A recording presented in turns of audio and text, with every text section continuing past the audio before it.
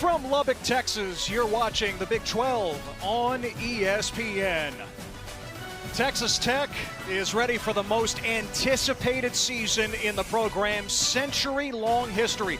Not since 2008 have the Red Raiders been ranked in the preseason. They're 23rd, and the journey starts tonight against Arkansas Pine Bluff from the FCS. And hi there and welcome inside Jones AT&T Stadium along with former Iowa State running back Jeff Woody. I'm Ted Emmerich. So glad you could join us here on that first full Saturday of college football. Listen, Texas Tech wants to join the elite in the sport. They spent the money. They acquired the best transfer class in the nation. But, Jeff, they know this. Now the bar is as high as the double T scoreboard just beyond the south end zone. Yeah, and just like they did with the facility here, they raised everything. They built a new stadium and they built a new roster. That TT now has expectations. There are heights that they have to reach.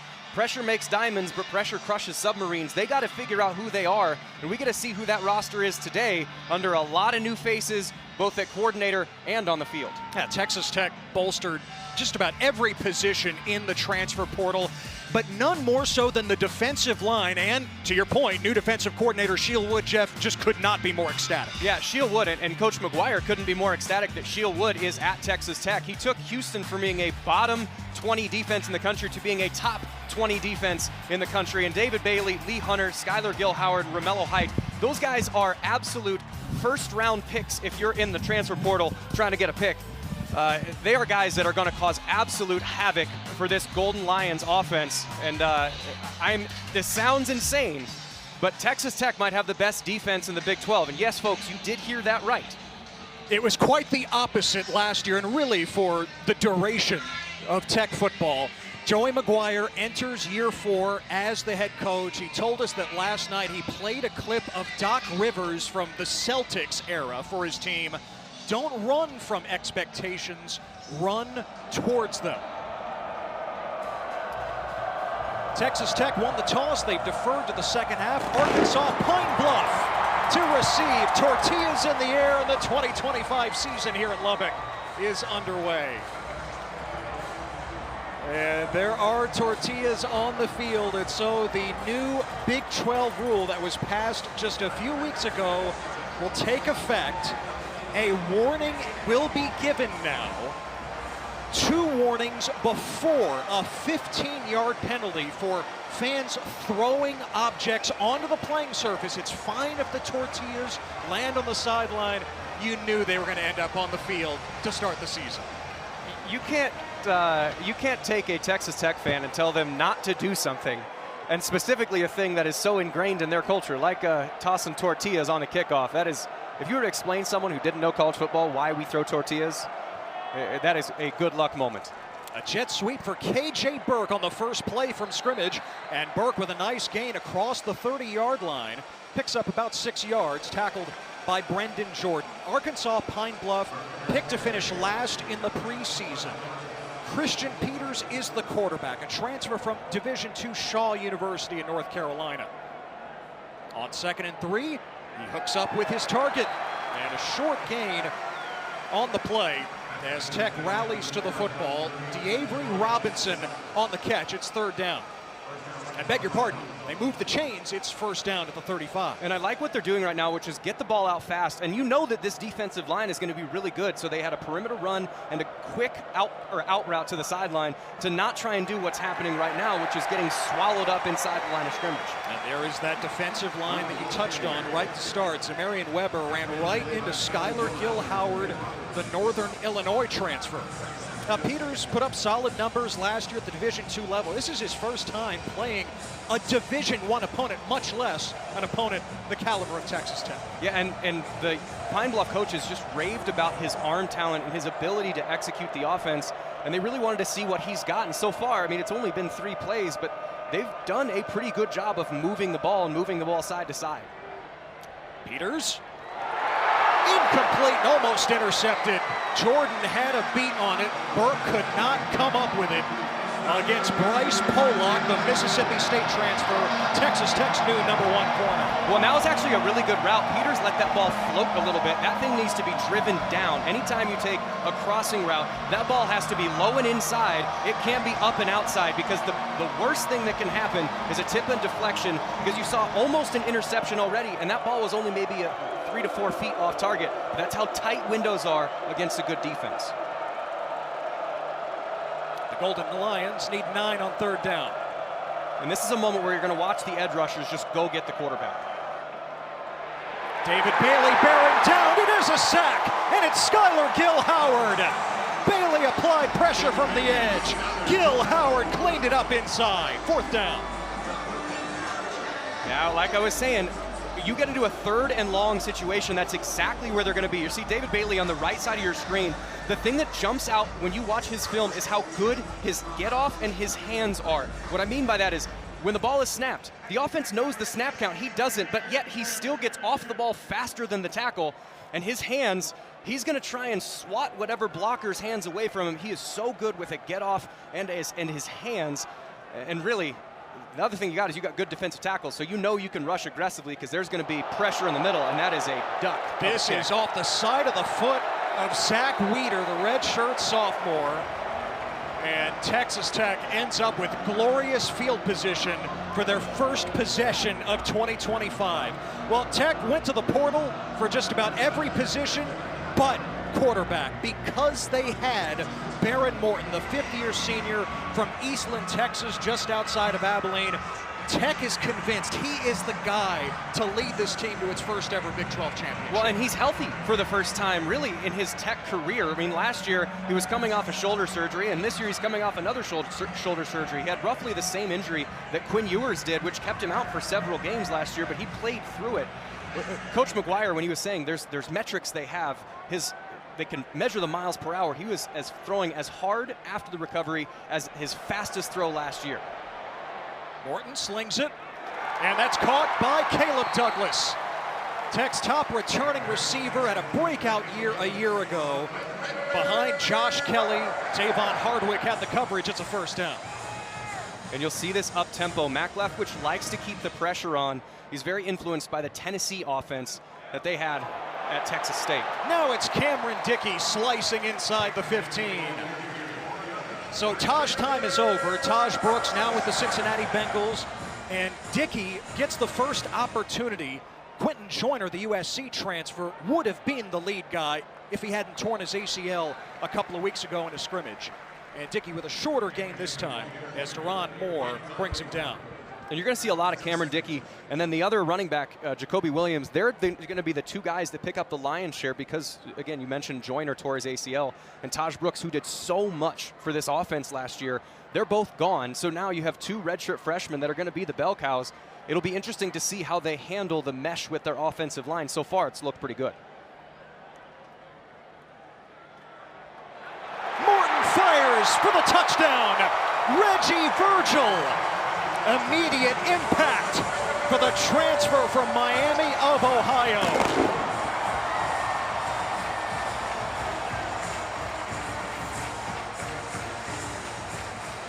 Just a simple token fake to the running back. All that's trying to do is hold your linebackers and safeties in the box. Because of the physicality that Dickey brings to the running game, that's just a one-on-one then. And Reggie Virgil, they mentioned he might be the fastest player on the roster, not just at the wide receiver position. Gets a nice route, and then Baron Morton just drilling a fastball in there. Welcome to Texas Tech, Reggie Virgil. I think the Red Raider fans are happy to have you here. Stone Harrington drills the extra point. And 7-0 Texas Tech, just like that.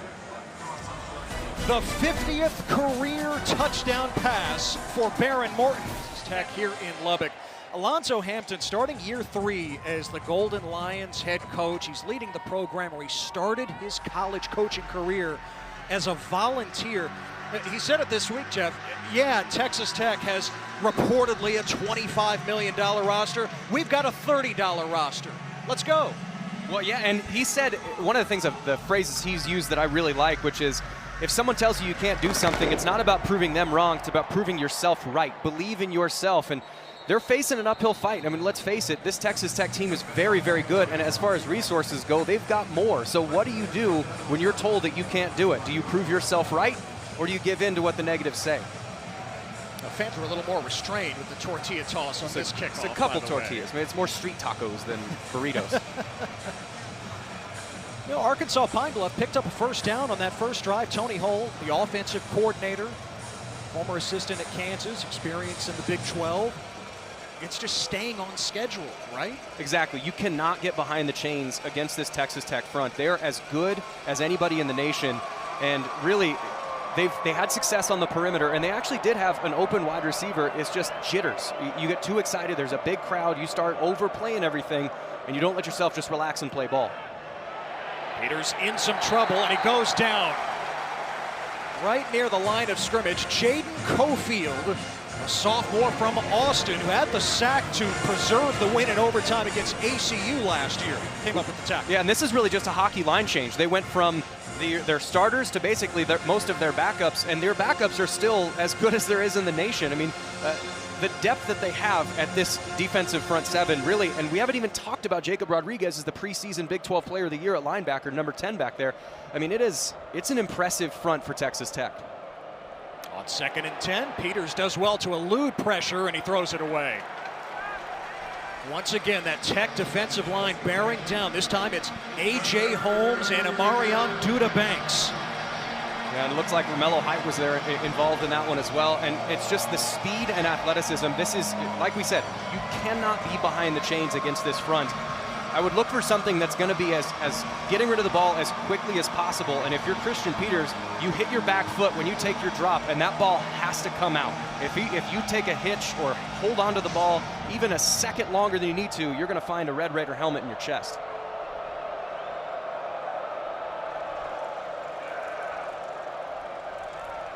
Peters passes tall. It is caught by Jordan Jackson. But Jackson pushed out well short of the line to gain, and it's 4th down. And that's a really nice play. Just the problem is it's 3rd and 10. It's not 3rd and 3. You only have so much time to get rid of the ball. If you go back to that first drive, success they had was a jet sweep and then an immediate, just kind of a 5-yard quick out. The Arkansas Pine Bluff line is undersized by about 30 pounds per man versus the Texas Tech defensive front. You're not going to be able to hold up that long, so that quick game, it's just got to be more on schedule. You can't try and run a 3rd and 10 play. Even if you get the ball out, you're not going to have time to get it down. Wheater's first punt went 9 yards. Roy Alexander, the Incarnate Word transfer, awaits it for Texas Tech. And this is blocked! Picked up by Tech. Now a big special teams play for the Red Raiders. Michael Harrison Pilot got a hand on it for Tech. Man, this is sort of a worst-case scenario. This is a rugby-style punt, and on a rugby-style punt, you're trying to get outside of any of that block.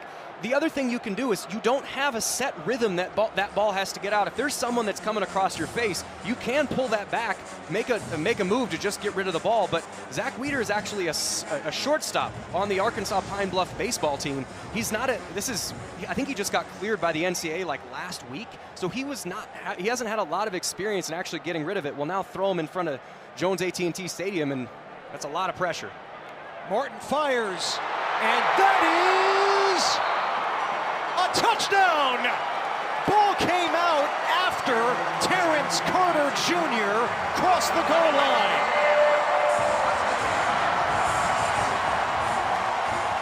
Back-to-back short fields and back-to-back touchdown passes by Morton.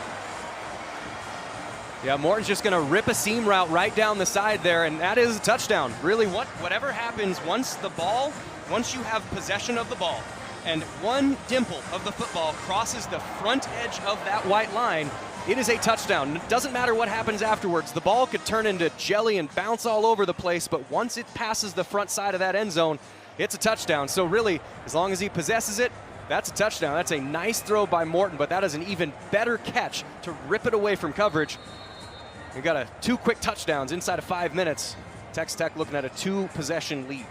And both touchdowns to new targets from the transfer portal. First, Reggie Virgil, now Carter from Louisiana, the former Ragin' Cajun, now a Red Raider. And it's 14-0. Thanks to the extra point by Harrington. All smiles for another new Red Raider, Terrence Carter Jr. on the receiving end of Baron Morton's second touchdown. It was set up by the block punt. Yeah, block punt, and really, when you're hitting a rugby punt, you can leave the pocket. So what the pocket for a punter is directly behind where the guards are. As soon as you head outside of that, you become just another runner, but that means you can make moves. At this point, that ball's either got to be out or he can actually pull it down because there's no set time when you have to get rid of the ball. In college, guys can be down the field before you actually have foot to the ball. That's why you'll see these spread punts in college versus the NFL. Everybody looks bunched together. In the NFL, the ball has to be off the foot before they can leave. That's just an inexperienced punter. And people laugh at special teams and they say, oh, you just play punter. If you think if every punt, an average punt that you're trying to shoot for is about 40 yards, a 40-yard play on offense is a huge play. Every special teams play is massive. You have to be able to execute on those even when it doesn't seem like it's that important, like it's a fast forward through the play if you're watching on this at a delay. But it is as big of a play as any other because of how many yards are involved. And it turns out to be Texas Tech's 10th blocked kick. So yeah, place kick or punt in the last 3+ years. That's the most of any team in the Big 12. It's an emphasis for Joey McGuire, special teams coordinator Kenny Perry, and the entire program. Kenny Perry is one of the best special teams coordinators in the entire country. He's one of those guys that's very respected across the college football world. If I'm Pine Bluff here, I want to get the ball as lateral as I can, as fast as I can. I mean that as out to my wide receivers or trying to run sideline to sideline with the speed that I have at running back because I can't compete with the size in the middle.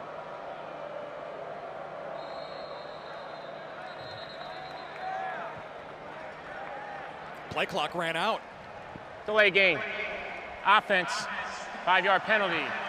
It's first down. That's the kind of stuff that drives you nuts as a coach because that is something, there's big play clocks on either side of the field and they're positioned in a way that your quarterback can see, but the Arkansas Pine Bluff Golden Lions do not play in this environment often. This is new. This amount of energy is new, and you're facing a hurricane of offensive and defensive talent. You got to regain your wits and get the ball off. So 1st and 15. Peters almost intercepted. Jacob Rodriguez, the preseason defensive player of the year of the Big 12, had it in his hands. You'll watch, there's a hitch. Remember when I said when the ball gets to his back, or when he gets to his back foot, the ball must come out. A hitch is just when both feet kind of pop up and down when you're in the pocket. You cannot hitch on quick game, meaning when the ball's supposed to come out right away, it needs to come out right away. And if you're trying to take a drop back pass, that ball has to come out without any hitches because you will not have that kind of time. Now Weber plowing for about 5 yards. And it'll be 3rd and 10 for Pine Bluff. That's an off-tackle run for 5 yards. That's where they're having success. They're just not able to stay on schedule, and lo and behold, it's 3rd and 10 again. This is where Romello Height, it's whoever they're going to be running in on the defensive line. This is where they're going to just be able to go to town and try and get the quarterback. This ball's got to come out fast, and it's got to be accurate.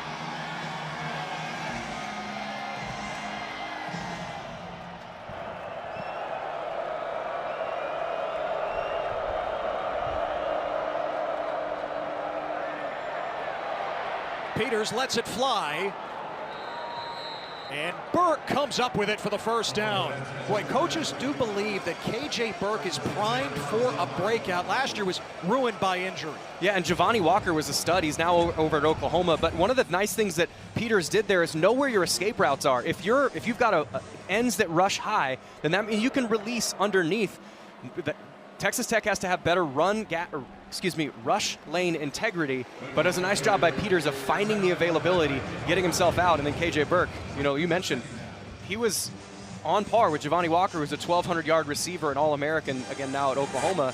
They thought he was going to have that type of season, so plenty of talent at that wide receiver position there for number 1. Weber picked up a yard on 1st down. 2nd and 9 for Arkansas Pine Bluff. Tony Hall, their offensive coordinator, said, usually we want to go up tempo. Against Tech, we're going to slow it down a little bit, even after big plays.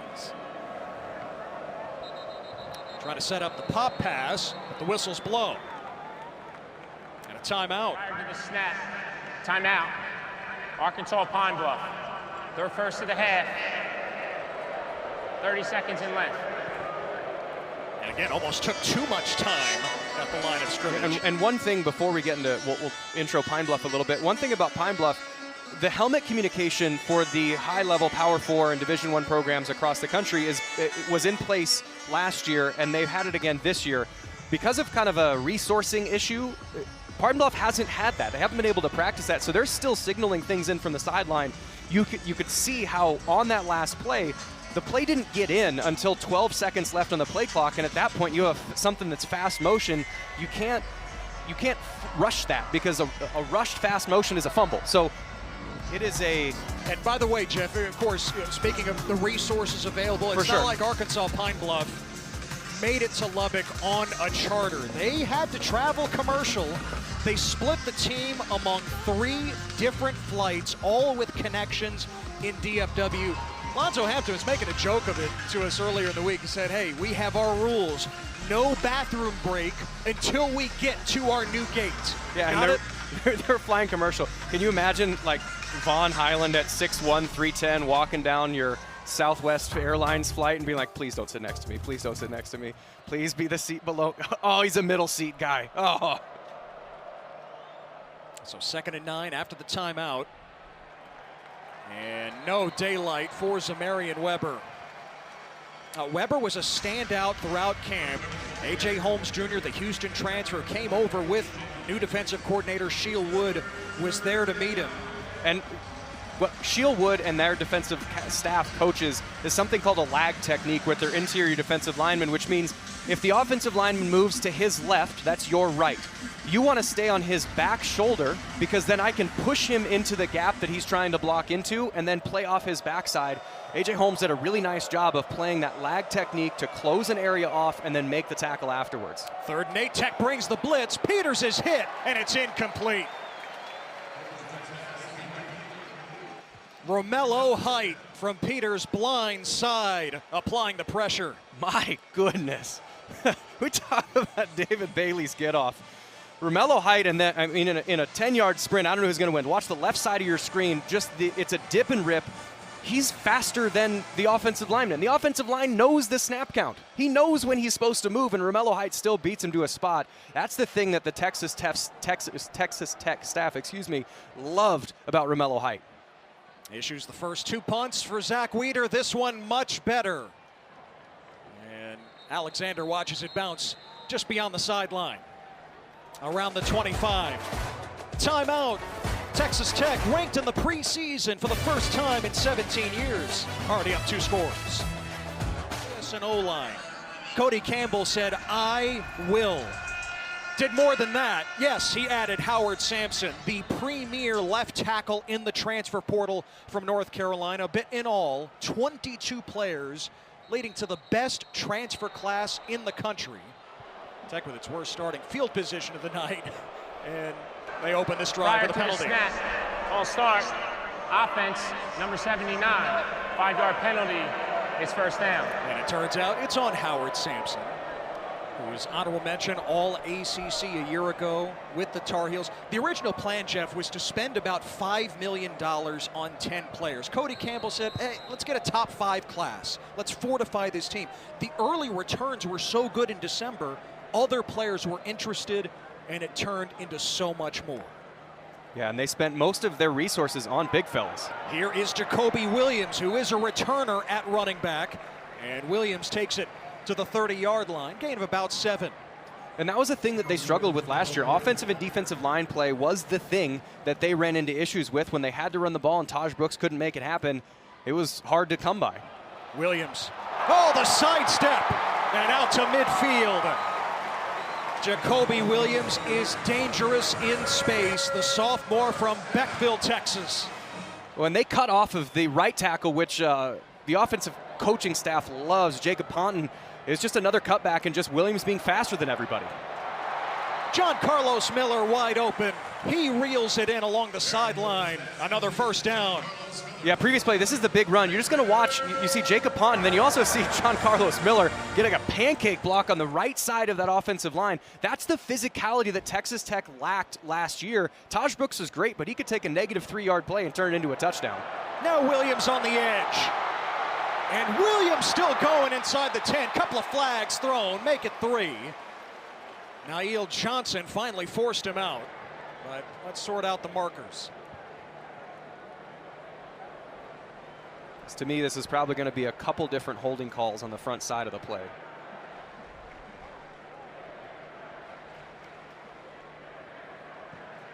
Dan Scanlon is the referee.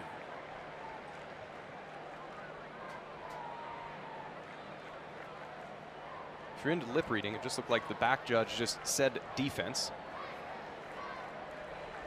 So we'll see.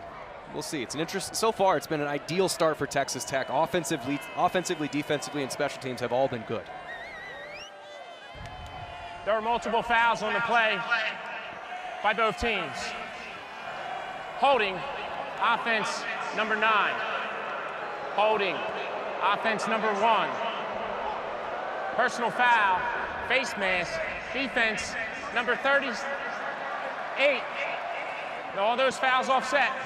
Replay first down. Well, Jeff, you nailed all of that, even with your lip reading skills. All right. It's just like riding a bike, man. Just have to be 70 yards away from somebody trying to read their lips.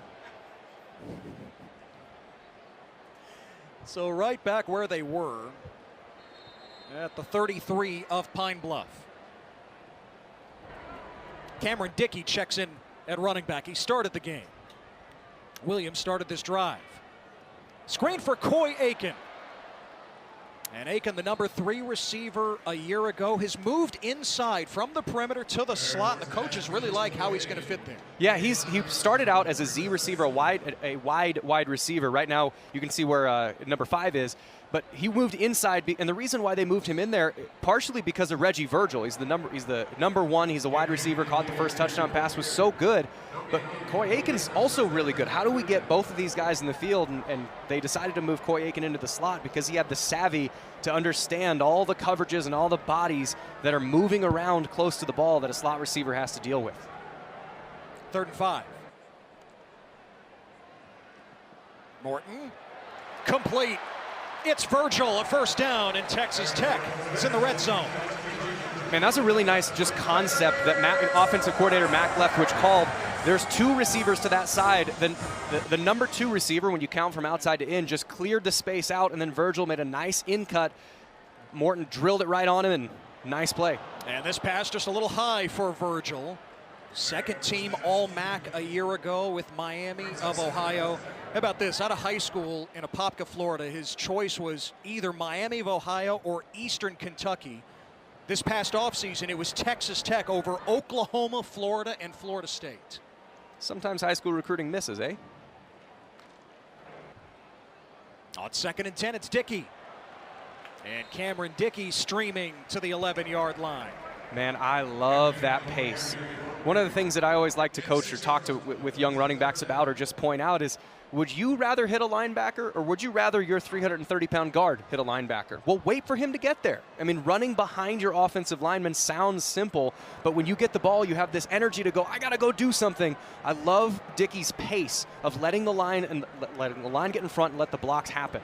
On 3rd and 2, Morton misses Aiken. And it's 4th down for Texas Tech. Yeah, this Back was to that run. Yeah, you just watch the pace. He's waiting. Actually, it was a tight end. It was Terrence Carter coming and getting a lead block on him. Just let the big guys be big guys, and then you don't have to hit them. You get to take all the credit and let them do all the dirty work. But hey, that's what linemen and tight ends sign up for. So Stone Harrington handled the first 2 extra points, but it is a competition for the place kicking job, kind of like it was early last year before Gino Garcia won out. Upton Belenfant, the transfer from Buffalo, is on from 28. And Belenfant connects. A 17-0 lead for Texas Tech.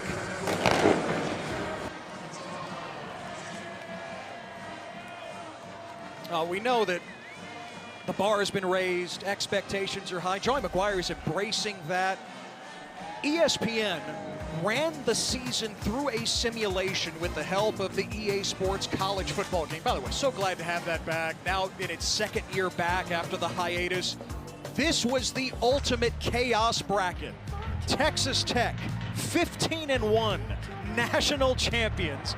They were the 4 seed, won the Big 12, beat Indiana, Miami, and then Nebraska in the national championship. I mean, you look at these matchups, and can you imagine just how hyped Auburn, Miami would be, or how much the Midwest would light on fire if Iowa State and Nebraska played each other in the playoffs? There would be so many fights in Sioux City and Council Bluffs in western Iowa about who's going to win that game.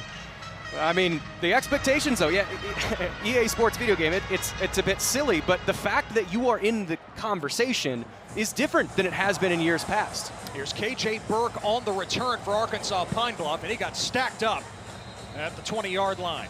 Now, you'll notice he actually did call fair catch, but if you bobble a fair catch and the ball gets to the ground, that fair catch is null and void. You then have to return it. So you are protected if you do your job.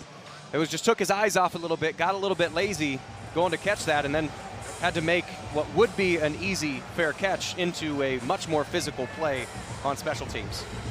Now, Sheil Wood, the new defensive coordinator, coming over from Houston, did a terrific job with Willie Fritz, both at Houston and certainly the year before at Tulane. We asked him yesterday, what do you expect game one? He said, phenomenal effort through the echo of the whistle. It's one way to put it. Yeah, that's what they've gotten so far. I think they've done a really nice job of being dominant where they're dominant, but also taking advantage of mistakes, as UAPB has made a couple. Brian Sanchez, the freshman, on the catch. Flag is down, and a Red Raider's down as well.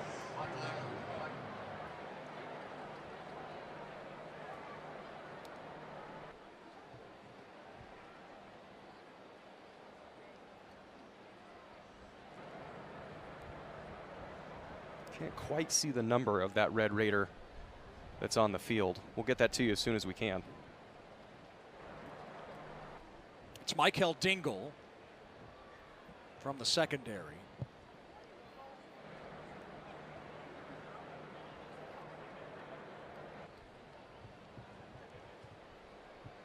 And we still await the announcement for the penalty.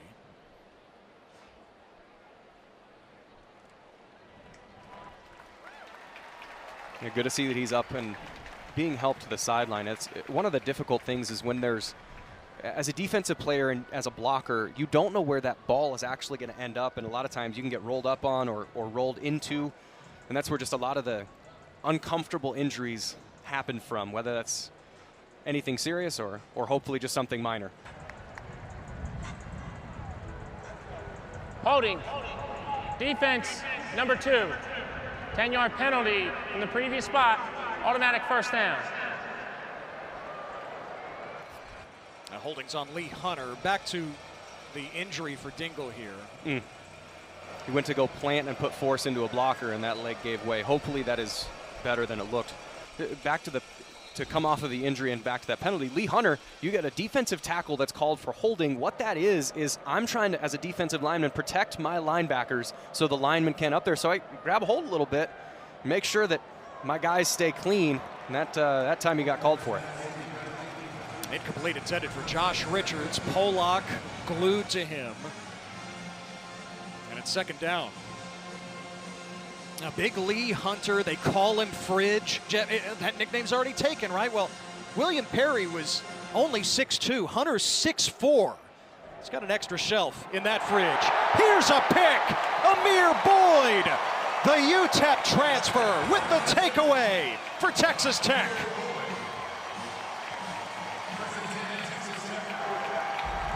Yeah, Amir Boyd, when we talked, one of my favorite questions to ask coaches in an interview is there anybody that's just character impresses you? And Amir Boyd is the guy that he pointed out. He could not stop talking about this cornerback that he brought in. And you can see it. He was actually playing a zone. He wasn't really even following the man, saw the eyes of Peters watching that route and just jumped it. He ran it the route for the receiver. And when your secondary is able to do that, it's really hard to throw the ball because you can't get rid of it quickly because the secondary is going to jump it, and you can't take forever to throw the ball because your defensive line is going to get there. That's the defense that Sheil Wood wants to put offenses in stress with. So again, outstanding field position for Texas Tech. And Cameron Dickey swerves inside the 25. Man, I don't know if there's an actual bandwagon or a fan club, but the Terrence Carter fan club, he's number 7, he's a tight end. I want to start that. The physicality he's blocking with is absolutely impressive so far tonight. And Dickey close to the line to gain. And Carter's known as more of a receiving tight end. He was one of the best receiving tight ends in the nation last year in Louisiana. Well, don't tell the guys he's pancaking that he's just a receiving tight end. 3rd and inches. Dickey once again. Ball is out. And it's Carter who hopped on top of it. So he catches touchdowns, he blocks, and he jumps on top of fumbles. This one caused by Derek Murdoch. Yeah, this is just a helmet on the ball. Dickey's going to go down in the A-gap, and when it's short yardage, you're not trying to find holes, really. You're trying to find slivers. You're trying to find someone's hip that you can pop open. And really, what happened is he got held up, and the helmet got right on the ball. You have to be better with that, especially just outside the red zone. This is scoring territory. You go from having a first down to it now being 4th down because of that mistake. Texas Tech going for it on 4th and 2. And Dickey powers ahead for the first down. In Joey McGuire's 3+ years as the head coach, only Baylor has gone for it more nationally than Tech has. And you can see why they did that, especially against a team that you out-physical on the offensive line. You got a guy who can put his shoulder down and go get it. And the other thing I really like, they didn't pull him after a fumble. You're a young guy. You're going to make mistakes. Correct it. Stay in. We're going to reward you for that correction. Jacoby Williams does give him a breather now on first down. And Williams inside the 10. Say Stribling wrapped him up. You call basketball games, right, Ted? A few. Yeah. Screeners, right? If a screener gets there and you run too fast, the screen doesn't get there, they call for a illegal moving screen. Morton to the end zone over the head of Virgil, who was working against Stribling. That guy gets called for a foul, but it's not really that guy's fault. When there are bad run plays, a lot of times the running back just gets too fast. He goes before the screen gets there. What I like that Jacoby Williams has done and that Dickey has done pace-wise is let everything happen. Let the screener get there before you start to move. That makes your job substantially easier. On 3rd and 2, Morton pulls the trigger. It's Carter! Touchdown! ×2!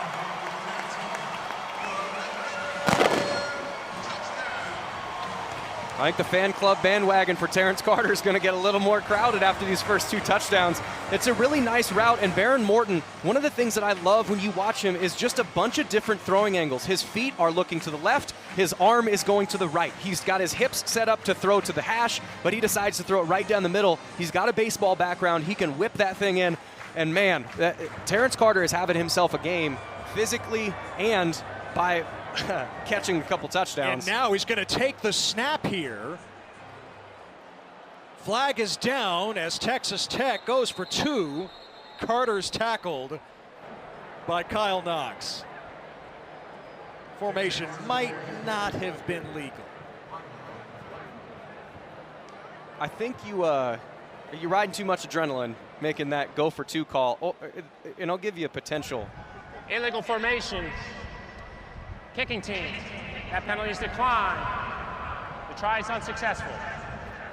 Now, there is a potential other reason why you do that in week 1 against Arkansas Pine Bluff when you're up 23-0, which is the fact that a lot of our coaches called this a swinging gate. And the swinging gate means that you're moving into the field goal formation, and you can do a bunch of weird stuff when you're moving into that field goal formation where you start with the kicker as a quarterback and as a tight end as a quarterback and there's a running back, and then you kick the field goal anyway.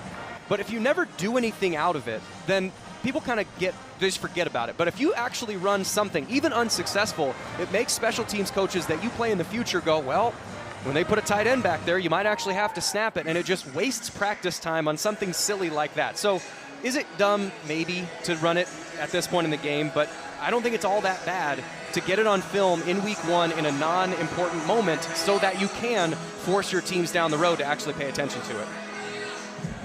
Jeff, back to the touchdown. Yeah, it's a really nice job by Jacoby Williams with a blitz pickup. You don't have to be super effective in like, it's got to knock down, but all you have to do is fill a gap and let the quarterback get rid of the ball. And so far, Baron Morton, he's only missed on a couple, and some of those have just been miscommunications, like the third down play on the last drive to Coy Aiken. When he's known where the receiver's going, that shoulder looks really good, and that was one of the big questions that Texas Tech had coming into this year. Is Baron Morton's shoulder going to be able to handle the stress of a season with it being what he feels is healthy for the first time in his Texas Tech career?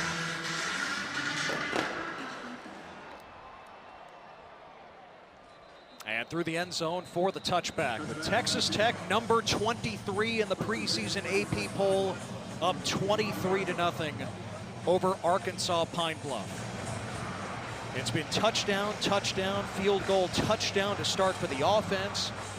And the defense has teed off in this debut with all the new faces up front and with Sheil Wood as the new defensive coordinator. Yeah, and they've been gap sound. The thing that what Coach Wood wanted is he wanted to be able to communicate between your defensive players to know where everybody is and what your call is, and then leverage the ball, not let anything get outside of, or not let any plays get outside, and anything inside you contain. So far, they've done a good job of that, except for a couple plays here or there. Christian Peters is 4 of 10 for 26 yards and an interception. Trying to set up the screen for Bryant Sanchez, and the freshman is buried. Charles Esters, the third, the first one to hit him. If this defense, Jeff, is just average this year, and by the way, Sheil Wood wants so much more than that, Texas Tech is absolutely a playoff contender the way they move the ball offensively. But they were so far below average last year, and certainly previous years. You're talking about the second worst pass defense in the country. Only Tulsa was worse. 8th worst total defense. 122nd out of 134 teams in scoring defense. Jalen Jennings on the carry here, and it's 3rd and 9 for Arkansas Pine Bluff. And you've heard me talk about hands a couple times as they run both Bailey and Height onto the field on this 3rd and long. The thing that Sheil Wood's teams do is on the defensive line, they play with their hands. You can't block what you can't touch. And if I take the hands that you're trying to touch me with and swat them out of the way, then you can't block me. I can get to wherever I want to go. And so far, Tyson Turner on that last play did a great job of keeping the tackle's hands off of him. And they put in then Bailey and Height, who are, I mean, really their main job is just, hey guys, go get the quarterback.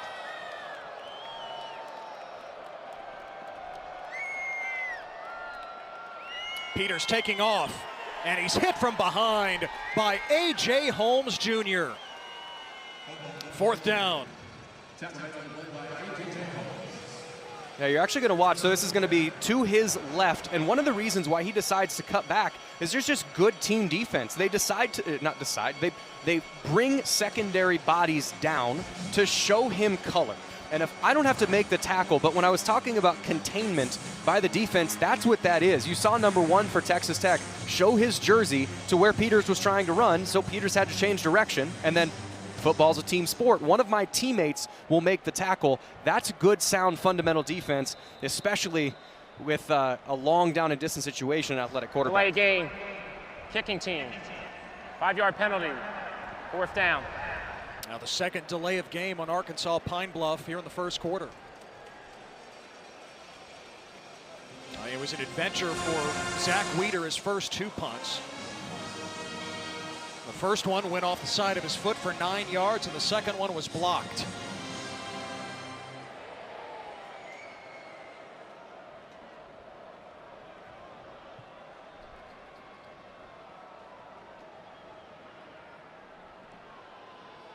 He uncorks this one. Roy Alexander, who never returned punts at Incarnate Word, muffs it. But Alexander got back on it at the 30. Man, that's the kind of stuff that can't happen. Your focus as a returner, the only thing that matters is the ball.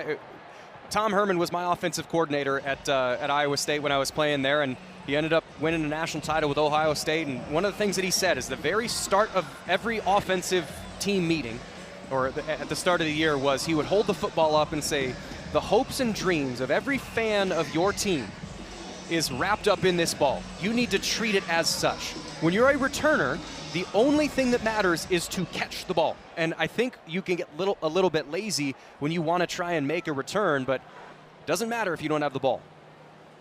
Last play of the quarter, Cameron Dickey with an alley. And Dickey out of bounds, close to midfield with a first down. 1/4 of the way through game 1 of this highly anticipated season for Texas Tech. Yes, it might be Arkansas Pine Bluff on the other side, but so far so good for the Red Raiders. Starting the second quarter in Lubbock, Ted Emmerich, Jeff Woody, our entire crew. Texas Tech, 23 in the preseason, up 23-0, and Baron Morton guns it in. Caleb Payday Douglas with the catch, and Tech is in Arkansas Pine Bluff territory. The new offensive coordinator, Mac Leftwich, coming over from Texas State. He's having a good night so far, just like Shieldwood, his counterpart on the defensive side. 2 new coordinators for Tech, along with all the new faces on the field from the transfer portal. Coy Aiken made that catch for a short gain. Joey McGuire told us, Jeff, Mac Leftwich, Shieldwood, plan 1A on both fronts. They got their guys. Yeah, and it's a really nice mesh for what this team has. Baron Morton runs an offense that is already similar to what Mac Leftwich wants to run, so he didn't have to change much, just able to mesh what he does and what Morton already does. And this is a drop by Douglas.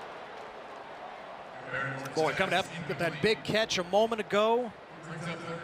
Could not reel that one in. Yeah, it's a great ball. I think you've seen on that dropped punt and that dropped catch, you're up 23-0, everything's good, the weather's perfect. I can start to relax a little bit, and that doesn't work. Football, it doesn't matter who you're playing, you have to be tight in order for it to work. On 3rd and 9. Morton connects with Coy Aiken. And Cowboy Coy is back for another ride here in Lubbock. It's a touchdown. 41 yards.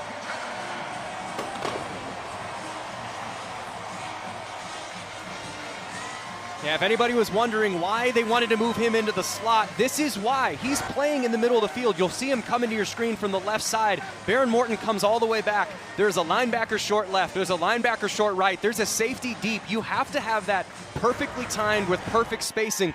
You know, when Peyton Manning and Tom Brady each had Super Bowl winners, they had Wes Welker there. Wes Welker knows to find space. Coy Aiken does that. And where'd Wes Welker go to school? Right here, Jeff. You know it. Know how to produce slot receivers down here in Lubbock. 30-0.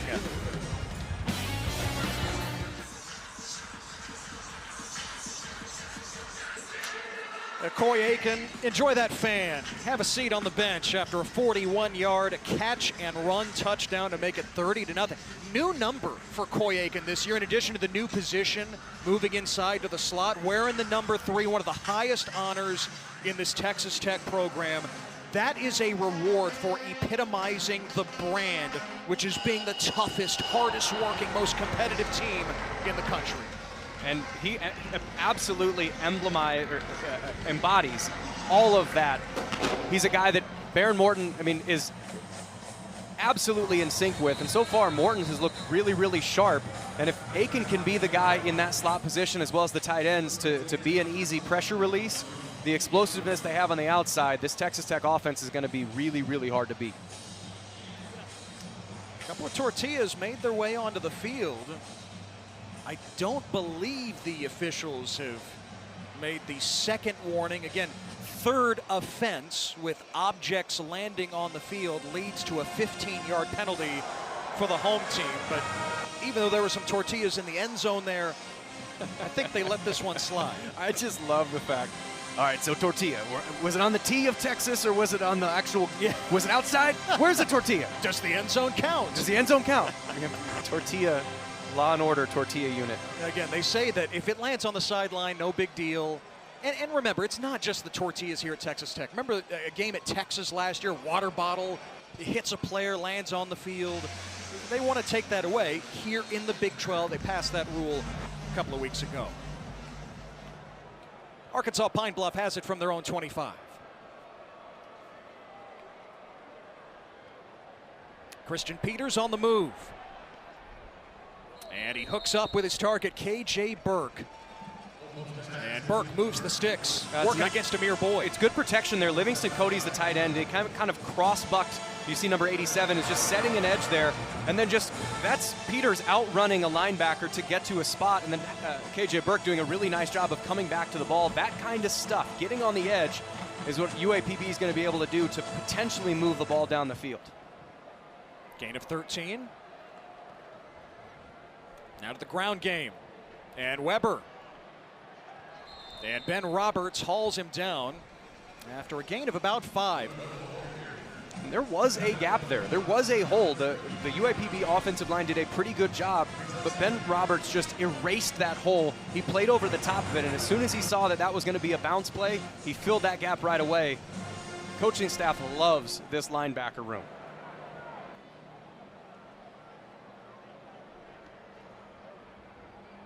Back to Weber. And he's swallowed up by A.J. McCarty. Playing that star position, a hybrid linebacker and safety, returning starter. Yeah, that's a loss of 4. Yeah, normally that star position is going to come from the field. So anytime he then sees run, which I believe that was a called pressure, and when it's a called pressure and you have a field side blitz, as long as you don't overrun it, you don't get too high, you're not 10 yards beyond the line of scrimmage, you can go chase the ball down, and Tech did a nice job of forcing that runner to stop, which made it easy to get a come from behind tackle.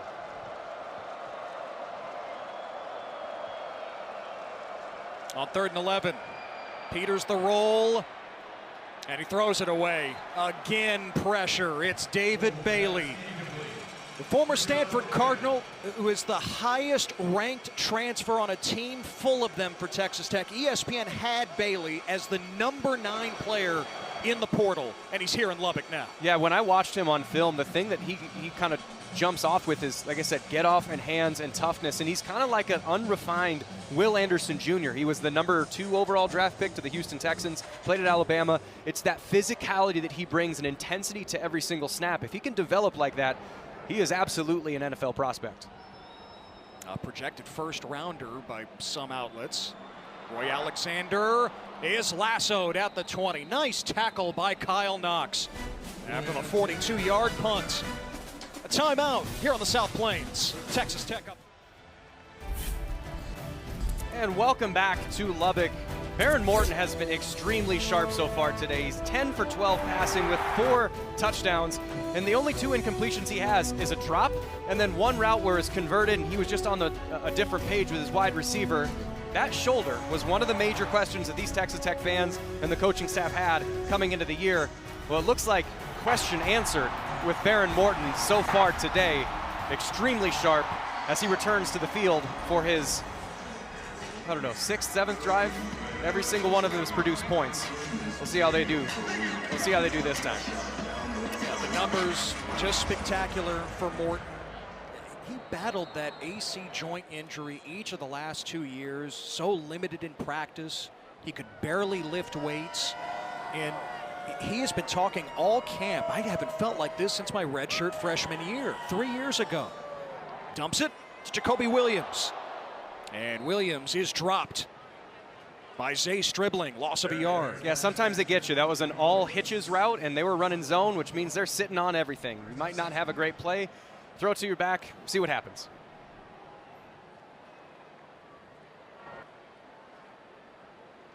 The biggest thing that Joey McGuire has noticed is just the zip on Morton's passes. We've seen that tonight. Some of his passes would die last couple of years. Sling it out. TJ West, a sophomore from Houston. His first career catch. He's on the scout team last year, appeared in a couple of games. He picks up 6 yards. Now you see the drive, so yes, drive number 6, Jeff, and every single one of them has resulted in points.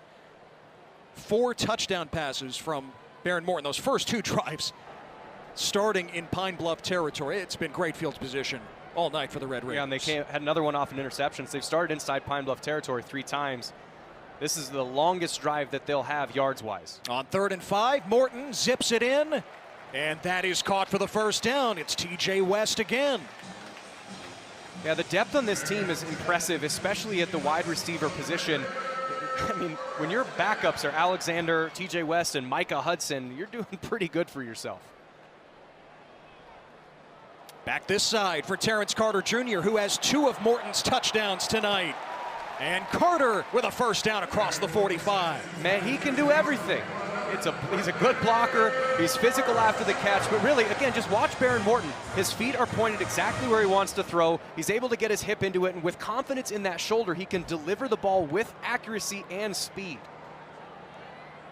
And once again, this time to Reggie Virgil, who had the first touchdown tonight. He's got it inside the Pine Bluff 40.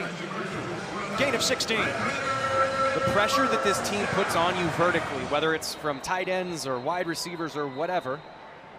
We got a timeout by Pine Bluff. But the pressure that they put on you vertically, it makes you bail. And when you start to bail, you can start running these comeback routes. And it's pretty easy to pick up 5, 10, 15 yards when you're not really have anybody near you because of how much you have dropped them off.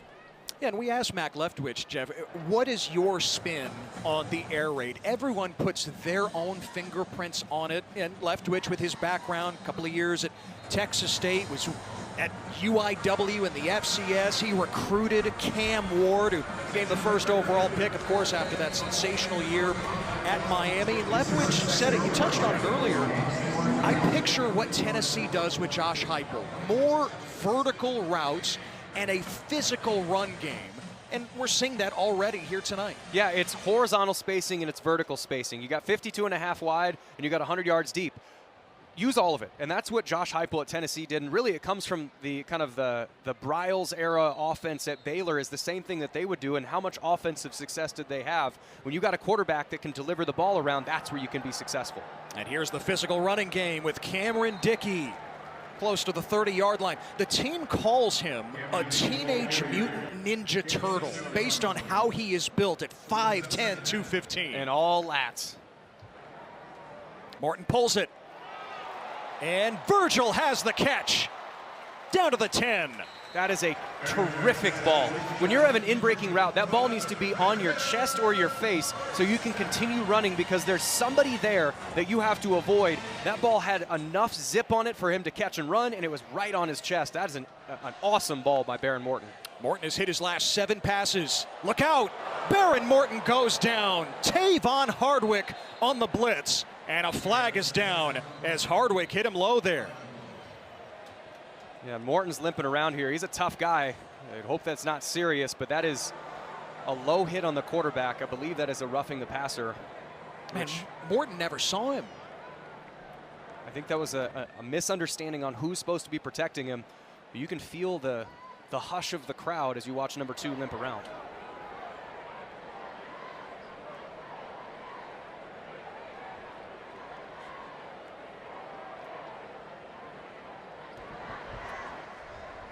Personal foul, roughing the passer. Defense, number 12. Half the distance to the goal, automatic first down. Now, Tavon Hardwick should know the rule. You can't hit a quarterback low like that. Yeah, and he had a free shot at him. I'm not exactly sure. Here's what it was. He was blocked by Cam Dickey. I don't think he was intending to do that. He was on his way to hit him in the waist, and Dickey got just enough of him to kind of knock him off balance. It was more an unlucky play, and really, that shouldn't have been a penalty if he was blocked into him, but he still had enough force. Again, the Texas Tech crowd's a little hushed after that. Jacoby Williams, the hurdle for a touchdown! He went airborne over a Marion Mingo.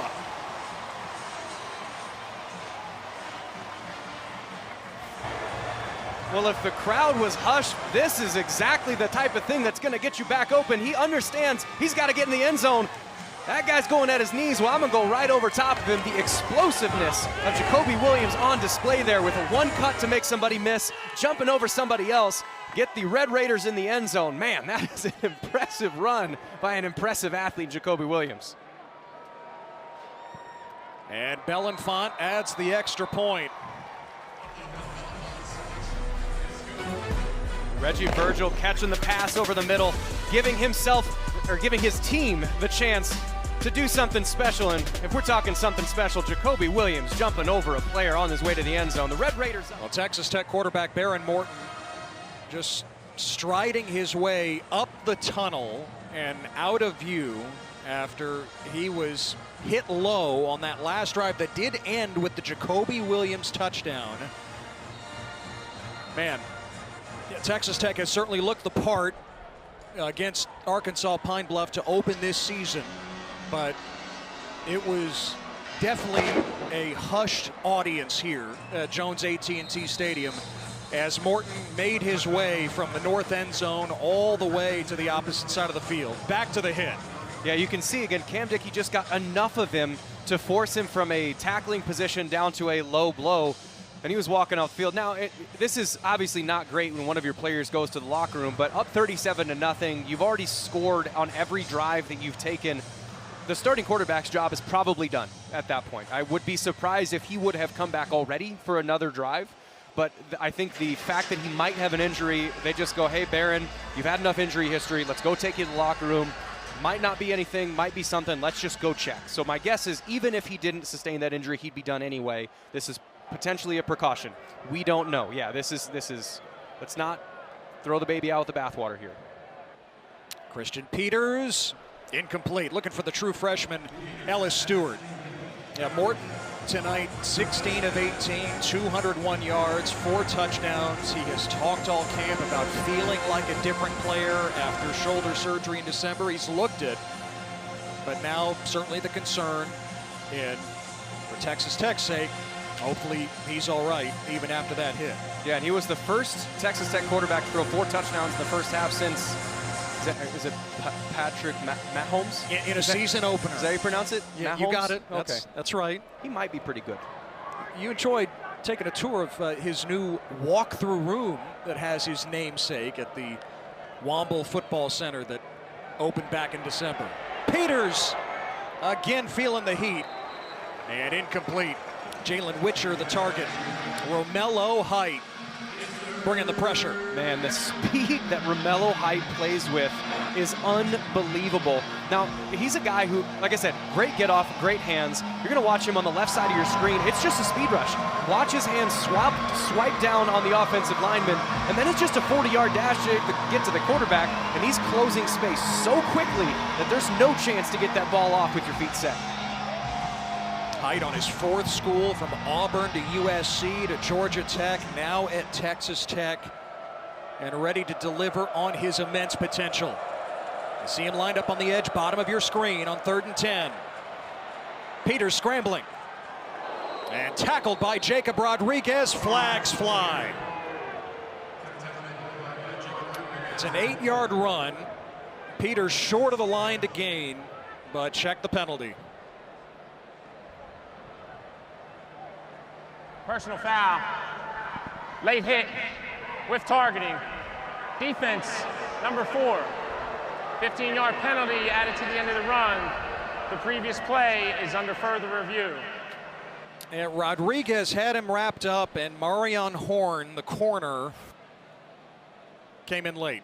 Yeah, so you'll notice the phrasing that the referee said there, which was late hit with targeting. Now, what that means, rather than just saying targeting, while we're under review here, we're seeing if the targeting applies, because the ejection would apply with targeting. However, the late hit still is there. Whether he hit him late in the shoulder or the head or the chest, it doesn't matter. The late hit will stay. Because he said late hit with targeting, the only thing that's under review is Horn going to be ejected or not? That's really the only question that we have. So if you're Pine Bluff, you're planning this next to be a first down. For my money, I think it is. The definition then is you have to either lead with the crown of your helmet, or if you're going, so here it is, dangerous hit involving a launch, upward thrust, or severe strike, forcible contact, the head or neck area, or any forcible hit by the crown of the helmet. It's the second part there, the any forcible hit by the crown of the helmet, which was violated. When we show a replay, you're going to see just the stripe of the top of his helmet leading towards the offensive player. That is the crown. It's literally where you'd put a crown if you were a king or a queen. It's that, and you're leading with that. It's to protect the tackler, not to protect the one who's being tackled. So for my money, this is an ejectionable play. It was head-to-head contact. It was leading with the crown of the helmet. So sort of a worst-case penalty for Texas Tech. Late hit, 15 yards, and Marion Horn will be out for the rest of this game. And Jeff, even if it's not the crown of the helmet, it's that forcible contact to the head or neck area, and Peters is a defenseless player at that moment. Right, when he's in the grasp on his way down, and this is, it's really hard. It looks like we have the call. The ruling on the field of targeting is upheld. Number 4 is disqualified for the remainder of the game. And you hear some of the new nomenclature this year in college football. We're not messing around with, is the call confirmed? Does it stand? No. Is it upheld? It was upheld. That's what it was called on the field. And Marion Horn's night is done.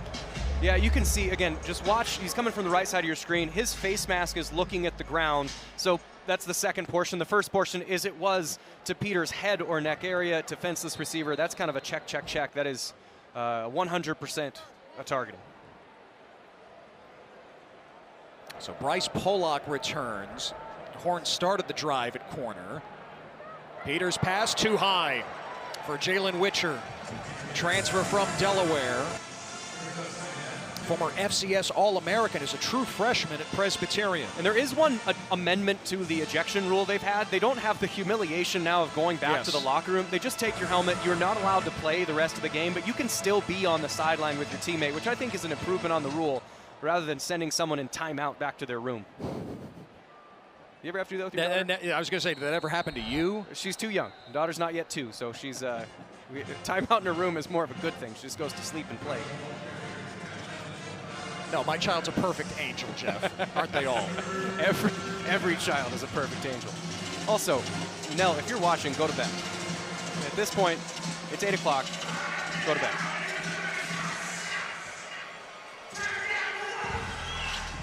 So 3rd and 8 for Pine Bluff. Just 54 yards of offense for the Golden Lions so far tonight.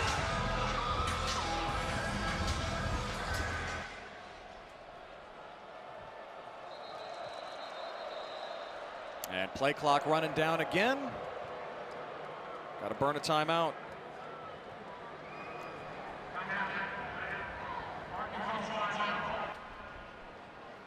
So Arkansas Pine Bluff now out of timeouts for this first half.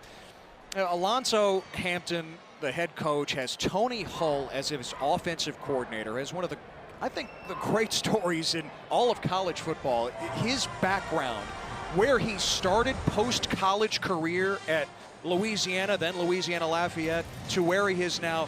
Who else was a NASA engineer before they became a football coach? Yeah, you look at that picture above him in his office, that's a space shuttle. He was in charge of welding the gas tanks or the fuel tanks on a space shuttle for NASA. That's the kind of guy, and I was joking, he's the nice, well-haired gentleman there. I like it, same barber. He's, I joked that every time, if you said someone used to work at NASA and now they're a coordinator, you would 100% guess offense. Because defensive guys are intense, they're about effort, they're about tackling. Offensive guys, we have to think a little bit more. We got to try and strategize. And he's a guy, you can tell he comes with an engineering background. He's trying to put everything together, and he had a really cool phrase that he talked about, just talking about the resource disadvantage that Pine Bluff is playing with. He said, we're trying to take a bunch of guys on a half scholarship and teach them to block $10 million.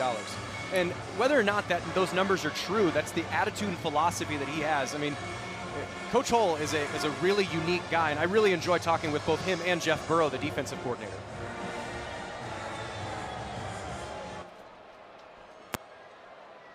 Out of the timeout, trying to get everything organized. It's 3rd and 8.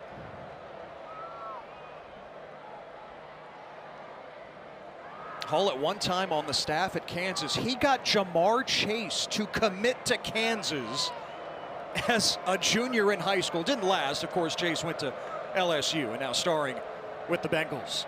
3rd down. It's complete to Chris Hicks at the 44. He needed the 43.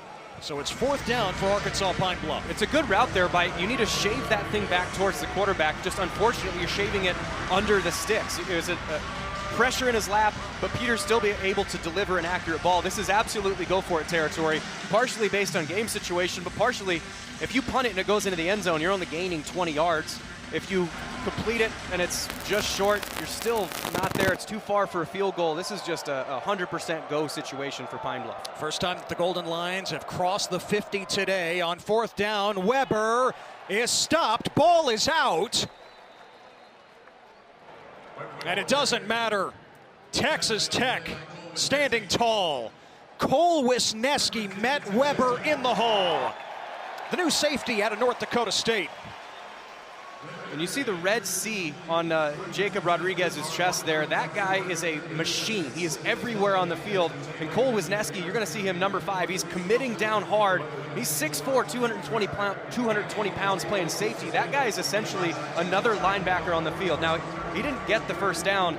And there's an offensive play calling. If one guy is holding the ball, that means that there's 10 guys who can block. There's 11 guys on defense. You as the running back have to be responsible for that one guy. But when that space closes so soon, there's nothing you can really do when it's that tight. Really nice job by the Tech defense. And with Baron Morton in the locker room, redshirt freshman Will Hammond is in at quarterback for Texas Tech.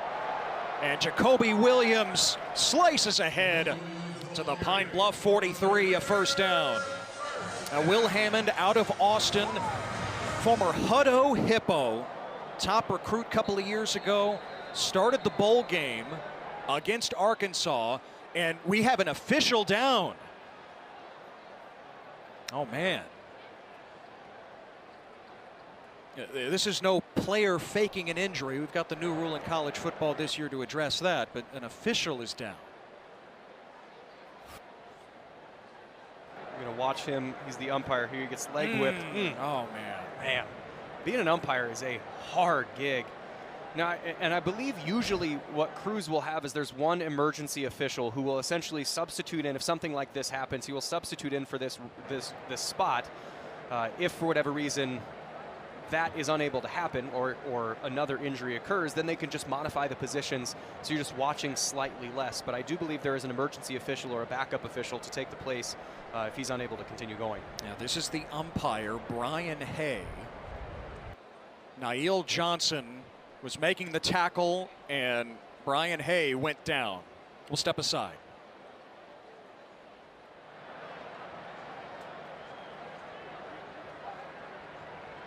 Well, Baron Morton left earlier after that low hit. We've not gotten any update yet. Now umpire Brian Hay has to leave the field.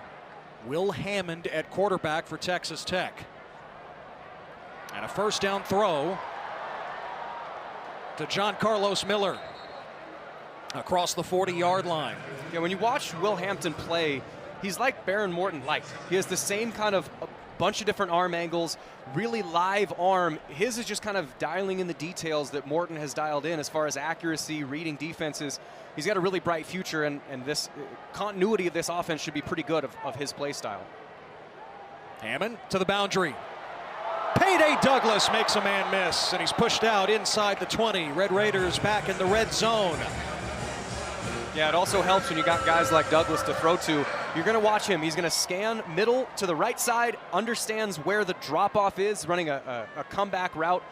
And as soon as that corner feels pressure vertically, Douglas throws the brakes on. Hampton delivers an accurate ball. Texas Tech in the red zone again. Zaquan Moss was shaked out of his shoes there by Douglas. Now Williams, the patient run inside the 15. Yeah, Williams isn't the biggest guy. He's only a $185, and at running back, that's kind of small. But he does a really nice job of keeping his pads where he needs to keep his pads. You're going to watch him. He's just going to bury himself behind a tight end, and by the time he gets picked up, he's already 2 or 3 yards down the field. 2nd and 5, 2nd and 6 is a really nice down and distance to operate in. You're trying to look for 4 or more on first down. Mission accomplished there by that run. By the way, you can't say that he's small. Garrett McGuire, Joey's son, the new running backs coach for Texas Tech, says, don't call Jacoby Williams small. He will hit you in the mouth every time. 2nd and 6, Hammond to the end zone. Douglas! Did he get a foot down? He did not.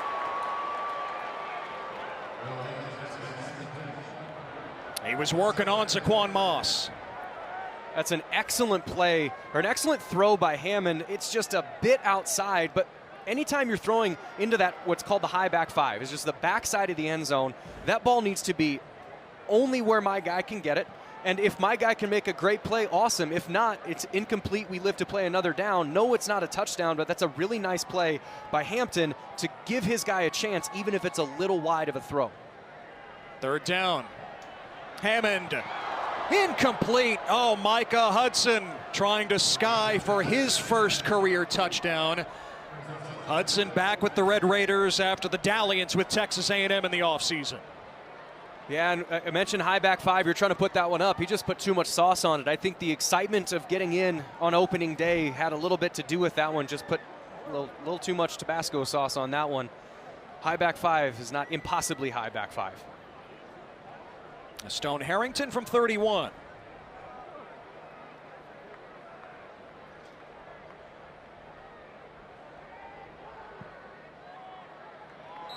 And Harrington, who was the backup kickoff specialist a year ago, nails it to make it 40-0. Texas Tech has scored on every possession tonight in their season opener.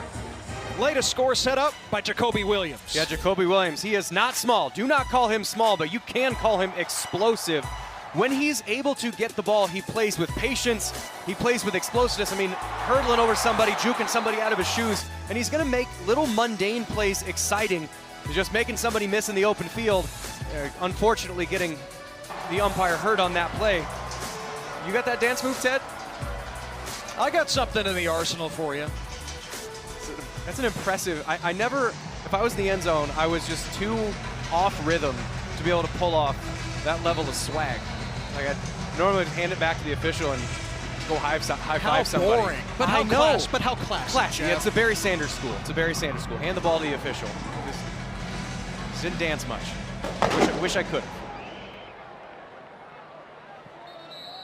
And it's a touchback off the foot of Upton Belenfant.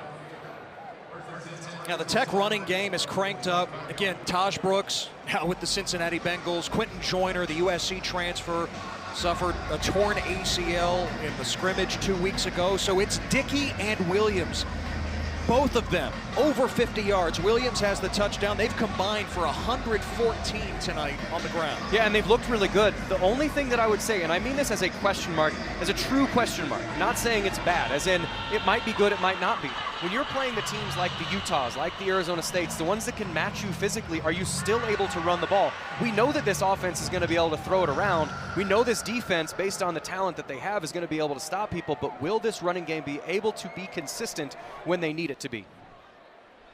Peter swings it to Zamarian Weber, and Weber is knocked down by Ben Roberts right at the line of scrimmage. Former freshman All-American in his third year as the starter. Baron Morton is out of the locker room for what it's worth. Like you said earlier, Jeff, probably wouldn't expect him to return to the game at this point, but good to see him back on the sideline if you're Texas Tech. Yeah, and like I said, he's had such an injury history. You get up 37-0 or 34-0 or whatever it was. Baron, you got 4 touchdowns. You've thrown 2 incompletions. We got it. Take your take your pads off. You're good. It's for him. It's sort of like a preseason game. So it looked uncomfortable. We'll get an update when we can, but it's good to see him back on the field. Jalen Jennings right into the teeth of the defense for a yard. So 3rd and 9 for Arkansas Pine Bluff. Under 4 to play here in the first half. Yeah, compare Tech's running game to Pine Bluff's tonight. Tried 14 carries, 17 yards for the Golden Lions. Yeah, and that's a credit to the defensive front seven. I mean, I would put this front seven up against any front seven in the country, regardless of conference, with talent, experience, and understanding of football between the linebackers and the defensive linemen. It is very, very good. And it's just something you have not seen out here in the Hub City in quite some time, if not ever. Flag is down. Peters' pass is tipped, almost picked off.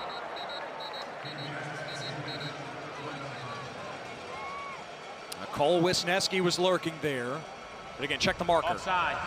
Defense, number 31. 5-yard penalty. 3rd down. He's really good at getting a jump, but that time was just a bit too early. David Bailey there. But, I mean, now it's a big penalty if you're Arkansas Pine Bluff because you're not in must-throw territory anymore, which at least backs the Dogs off a little bit for the Texas Tech pass rush, which might enable you to get the ball off, whether it's quick game, drop back, or we've seen a little bit of success on a Christian Peters scramble here or there.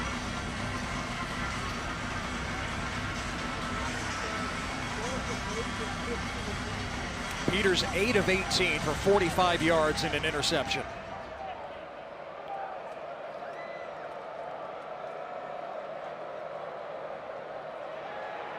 Time running out again, and Peters is sacked.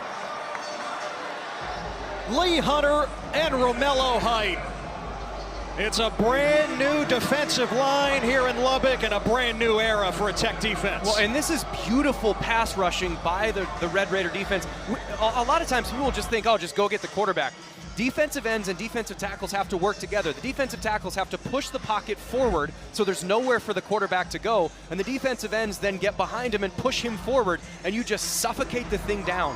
They did a tremendous job of both Height and Bailey pushing him forward, and then Lee Hunter was right there to catch him. But, man, that is really good teamwork by the defensive line. Weeder to punt. Tristan Gentry back deep this time. It craters at the 45, took a Red Raider bounce. So 2:15 to go. Texas Tech a chance to add more before they head to the locker room. Well, College Game Day is set for week 2. It is on to Norman. Michigan and Oklahoma, both in the top 25. Of course, next Saturday, 9 a.m. Eastern. ESPN, yes. The new ESPN app as well, the post-Lee Corso era. Man, what a special tribute that was earlier today, all morning long from Columbus today. Well, and people use the term legend. Lee Corso's a legend, a true legend, and he changed the way broadcasts work for college football. Here's a little dump off to Micah Hudson, who had just 8 catches as a true freshman. That'll take us to the 2-minute timeout.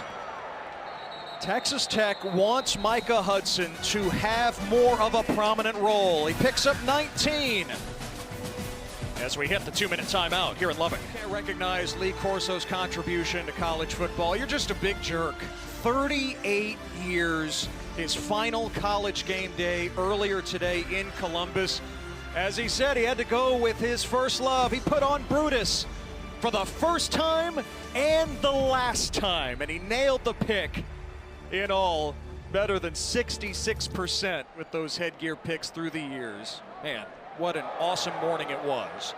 Out of the 2-minute timeout, Ted Emmerich, Jeff Woody with you from Lubbock. A 40-0 Texas Tech lead, and Cameron Dickey carrying Pine Bluff to the edge of the red zone with a gain of 10.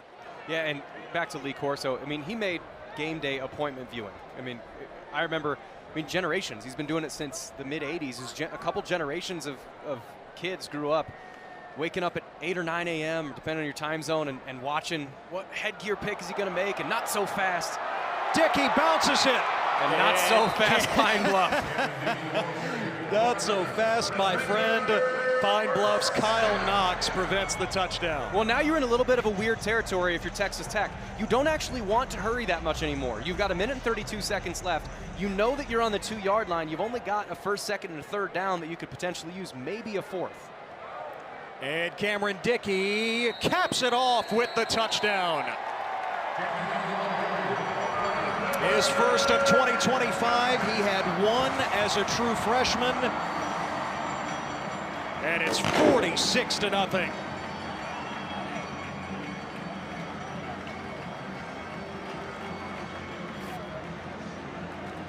Yeah, this is a really nice run off the right side. There's 2 pullers, and he's just going to pop underneath one, break a couple tackles, get himself the open field, make a 1-cut, get himself down to the 2-yard line, just a shoestring tackle to keep him out of the end zone. But that was rectified on the very next play, was able to push himself in, and they are double-checking to make sure that he actually got in the end zone. Ruling on the field of a touchdown is under further review. The fans got to get it right, even at 46-0. Yeah, and the fans have a double dislike on that one because the PA announcer just warned that there's a storm on the way. Yep. So what I think they don't want him to take the time, and also you just called back a touchdown, so I don't think the Stripes are super happy with the review. We were hopeful that these thunderstorms would hold off. It is a muggy evening after the storms from last night here in Lubbock, but there are some ominous clouds in the distance. Get another look. Is there enough to overturn this is the question. Well, and you have to have the right camera angle, and you have to have the right confidence level that camera angle is exactly down the line. And then you have to be able to see the ball. Where is it covered by an arm? Is it covered by a chest? So there's a lot, usually on goal line reviews, unless there's 18 cameras in the building and there's one that's positioned exactly on the goal line. After further review, the ruling on the field of a touchdown is upheld. Again, noticing the term upheld. But yeah, that play, just any spot play, is usually really hard to overturn unless there is an obvious angle. So most of the time there isn't that. So you're usually going to see an upheld call on plays like that. So the second rushing touchdown of Cameron Dickey's young career. It is now 8 possessions and 8 scores for Texas Tech. 6 touchdowns, a couple of field goals. Ian Hershey, the third place kicker on the night for the Red Raiders.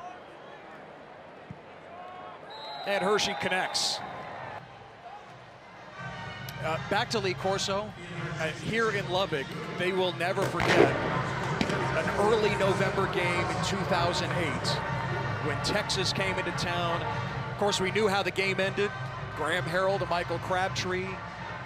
What a special night that was here on the South Plains. But that day started with game day here on site. And Lee Corso put on the Raider red headgear, the 2 12-gauge shotguns, Kirk Herbstreit ducking for cover. So yes, there was certainly a Texas Tech connection as well from Lee Corso through the years. I think everybody has that Texas Tech connection, or excuse me, that Lee Corso connection, whether you picked against your team and you go, you Lee, or if he picked for your team, or just the energy and joy that he brought to it. I mean, it was just such a happy era of television from '86 to just this morning. Burke brought it in with the fair catch. Yeah, Lee Corso could have pointed the guns downward, and with the Raider red headgear, it could have been like Yosemite Sam, and he's lifting himself off the ground with every shot. That would have been fun. But it was so great to see all those clips through the years. Very early on, the infant stages of game day to today, and the relationship between Lee and Kirk Herbstreit over these last several years, really throughout. Man, something I think as viewers, as colleagues, we will all treasure. We'll see what Pine Bluff does here. They haven't had much success being able to get the ball out of the quarterback's hands. And this is sort of a must-throw situation unless they would just want to take it into halftime. Now they run it with Jalen Jennings, the transfer from East Mississippi Community College. Alonzo Hampton told us this week, no matter how it goes down against Texas Tech, we're going to find out so much about our team. Who won't back down in a moment like this? And here you are down 47-0. This is the litmus test. Yeah, this is the toughness test. I mean, when you're playing a team that is as talented as Texas Tech is, what are you going to do about it? Are you going to miss your assignments because you're scared, or are you going to play as hard as you possibly can and execute? Pop pass for Sanchez, blown up by John Curry, the Lubbock native from Coronado High School, about 4 miles to the south. Shieldwood has big plans for him in this defense this year. And he was a guy that they just couldn't keep off the field. I mean, he's playing will linebacker, but who else plays will linebacker? Jacob Rodriguez. He's the kind of guy that force your coaches to play you. Be as good as you can, executing and working your butt off, and they're going to reward you with a position like this. Pine Bluff doesn't even have to snap it here if they don't want. They just want to head to the locker room. And that is the decision. The sky-high expectations for Texas Tech, no matter who the opponent might be tonight. Texas Tech living up to its preseason billing. Baron Morton, 4 touchdown passes. Texas Tech up 47-0. Coming up, we'll take a trip around the Big 12. 8-minute lightning delay here in Lubbock. We are just about ready for the start of what will be a shortened second half. 2 8-minute quarters to close things out. Texas Tech ranked in the preseason for the first time since 2008. Up 47-0 over Arkansas Pine Bluff from the SWAC. Baron Morton out of uniform, but the vibes do seem good. We saw him just a moment ago dancing with the music over the PA. He's been so good through the air, and Cameron Dickey has controlled things on the ground. Yeah, Cameron Dickey and also Jacoby Williams, they've both been really good. They've both been patient, and as a young running back, one of the things you struggle with is patience. You get the ball and you just want to go do something with it, but really you need to make sure the blocks get set up. Both of these guys have had excellent pace. They've gotten themselves into the end zone each one time. Jacoby Williams had a little bit more impressive of a touchdown where he juked somebody out and jumped over someone, but combined they've got 146 rushing yards between the two running backs. The quarterbacks haven't had to run at all. They haven't had to do any jet sweeps. They've just been able to run the ball effectively. When we talked to Coach McGuire, the things that he wanted to see, he wanted to see clean as possible game. No penalties, no anything crazy. He wanted on defense to communicate and leverage the ball. Wanted to have confidence in their kickers. Well, check. They've made all their extra points, made all their field goals, got all their punts off and blocked a punt, and they want to be able to run the ball. Well, check there. They got 146 yards rushing out of their 2 tailbacks. I mean, so far, this is a smashing success for the Red Raiders. There's a couple injuries that you don't love, but other than that, this game has been exactly what you want for the Red Raiders. And Jeff, it's a complete mismatch, as you might expect, considering the opponent on the other side picked to finish last in the SWAC, trying to rebuild their program. But Texas Tech had similar feelings probably going into their opener against Abilene Christian last year, and that game went to overtime with ACU going for 2 on the final play. It took a Jalen Cofield sack for Texas Tech to wrap that up. Far different story in week 1 here in 2025. And I got to give a shout out to the fans that are still here. There was a 90-minute lightning delay, storms past, 60-mile-an-hour winds. And at kickoff, we got people in the stands. God bless Raider Nation, Wreckham Tech. And Micah Hudson, the sophomore, on the return. He didn't do this a year ago. Good return out across the 40. Flags are down, however. One back at the 26. KJ Burke made the tackle. You know, Hudson was an electric return man in high school at Lake Belton, near Temple, Texas, central part of the state. Number 9 of the return team. 10-yard penalty from the spot of the foul. It's first down. And John Carlos Miller, tight end, out there on special teams, committing the hold. But yeah, Micah Hudson, the story's well chronicled at this point. He left the program after a season in which he caught only 8 balls as the highest touted freshman recruit in program history. Went to A&M, but returned after just a few months, and they want to use him more. You know, he's not as banged up as he was as a freshman, Grant. Well, and now they get it to him on the screen. Again, speaking of using him, they set him out as a kick return, and they get the ball to him right away. They want to get the ball in his hands, build up that guy's confidence. And one of the things my wife uses this phrase a lot is disappointment is just missed expectations. Set the expectations different of letting him grow, and that kid's talent will take over. Adam Hill is the new running back for Texas Tech. And Hill, a tough run across the 30 for the first down. The redshirt freshman from Albany, Texas. He was on the scout team a year ago. Well, and this is going to be a big role for him. They've only got 3 running backs on the entire roster. They've got Jacoby Williams, they've got Cameron Dickey, and they've got him. Well, if anybody gets a little bit dinged up, he's going to have to play. And these are significant snaps for Adam Hill, and as with the rest of the young guys on the field. Will Hammond is the quarterback. You saw his numbers. Hill, another carry.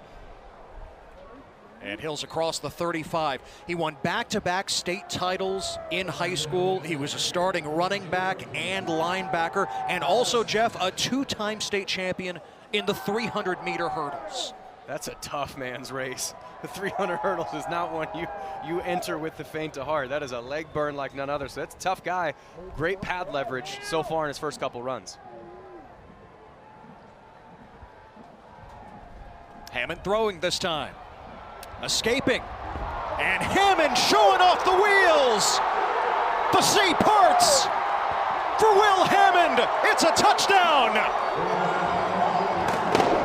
After the lightning delay, a lightning strike, 64 yards. You mentioned that the sea parted for Will Hammond.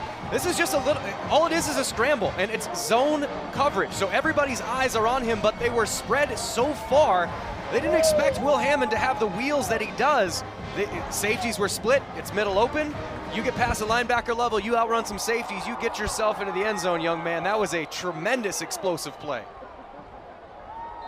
And Upton Belenfant with the extra point. 54-0, Texas Tech. Will Hammond from long distance. Lightning has moved on. Will Hammond bringing some lightning to the field with that 64-yard touchdown run. After a 90-minute lightning delay, Joey McGuire's team now has 9 possessions and 9 scores, 7 of them touchdowns. Yeah, and you're noticing, for those, if you did just come back after grabbing some late night snacks, there's only 6 minutes and 28 seconds left in the third quarter. This quarter did start with only 8 minutes remaining. It's gonna be normal time rules. Drive only took a minute and a half, but we have 6 minutes, 28 seconds left. But this defense is coming back on the field. And we highlighted 4 guys at the top. We highlighted Romello Height, we highlighted Lee Hunter, we highlighted Skylar Gilhoward, and we highlighted David Bailey. Well, they got a half sack apiece. The sacks that Texas Tech has is from all 4 of those guys. And the speed that you're watching in these highlights, this is David Bailey on the bottom forcing him up, and Lee Hunter's coming up to clean up the rest. And they work so well as a unit. Defensive ends pushing forward, defensive tackles pushing back. Extremely successful day for the defensive line so far. And as the offense has been supercharged, yes, this is just as encouraging, if not more. Christian Peters remains at quarterback for Arkansas Pine Bluff, and that's incomplete. He was eyeing KJ Burke. Ashton Hampton had the coverage, redshirt freshman corner. Yeah, they're trying to run a glance. They had some success early in the game doing that, but when you have a 90-minute lightning delay, you have a little bit of time to refresh the game plan, where if they run that glance and you're a corner, you can play underneath it because you know you're going to have help over the top. Really well defended there by Texas Tech. Arkansas Pine Bluff with just 52 yards of offense in that first half. Zamarian Weber churning the legs, and he picks up 5 yards. He's going to be such a good player in the SWAC this year for UAPB. Jeff, how do you deal with a lightning delay like this? You went through it as a player at Iowa State. Yeah, I had an almost 2-hour lightning delay when we were playing at Kansas State, and you really just have to find yourself a way to kind of stay engaged, whether it's talking with your teammates, and some people want to stay loose, some want to dial it in, but by the time you get about, you get the go-ahead, you have to be able to click back in and let alone warm back up, but it's more mentally just staying dialed in to what the game is going to bring. Arkansas Pine Bluff just 1 of 8 on third down tonight. They need 6. Stick in the belly of Weber, and he's tackled short of the line to gain. Needed a couple more. Braylon Rigsby, the defensive end out of Woodville, Texas, redshirt sophomore, made the play. We asked Sheil Wood, Tech's new defensive coordinator, who are you most excited to see? Maybe somebody outside of the starters in this game? First name he mentioned, Braylon Rigsby. Yeah, and the other guy that he mentioned was the guy that came with him, guy that came with him from Houston, and A.J. Holmes Jr. A.J. Holmes Jr. And just being able to have guys that have high character, that are exhibiting all the right behaviors, might not be starters, but are still staying locked in. And it really is a way to find yourself onto the field. Zach Weeder, the punt. Tristan Gentry brings it in, trying to stay upright, but got clipped down. It's a 35-yard punt. Again, no running clock here, even with the abbreviated quarters, 2 8-minute quarters for the second half here tonight. Yeah, and I think for the rest of the game, what you're going to want to see if you're Texas Tech is sharpness. You want to see sharpness from your backups, from the guys that normally don't get snaps, and really this unit might not have played together because maybe you have some 3s here, some 2s there, some 4s here by the time they get done. So can a unit, can you do your job well enough that we can plug and play anybody in, because you never know, late in the season, somebody sprains an ankle and somebody gets a cramp and you got to play, even if you're third string. Hammond lets it fly on first down, and that catch is made. Kelby Volson, the sophomore out of Arlington in the DFW area. First down, gain of 18. The thing I've liked from these Red Raider receivers and tight ends is as they're going over the middle, they're understanding where the holes are so they can see their quarterback, because you can't throw through a person, so you have to find a window to be able to get that ball through, and Hammond and Morton both have done a good job of getting it there. Now Adam Hill with a canyon to run through. It'll take more than an arm tackle to bring him down. He broke that tackle of Nail Johnson and picked up 16. That's 6'1", 230 coming right downhill at you. That's a really nice cut. You're not going to be able to hit him in the 2 and the 3. You're going to have to hit him in the knee pads to be able to bring that boy down.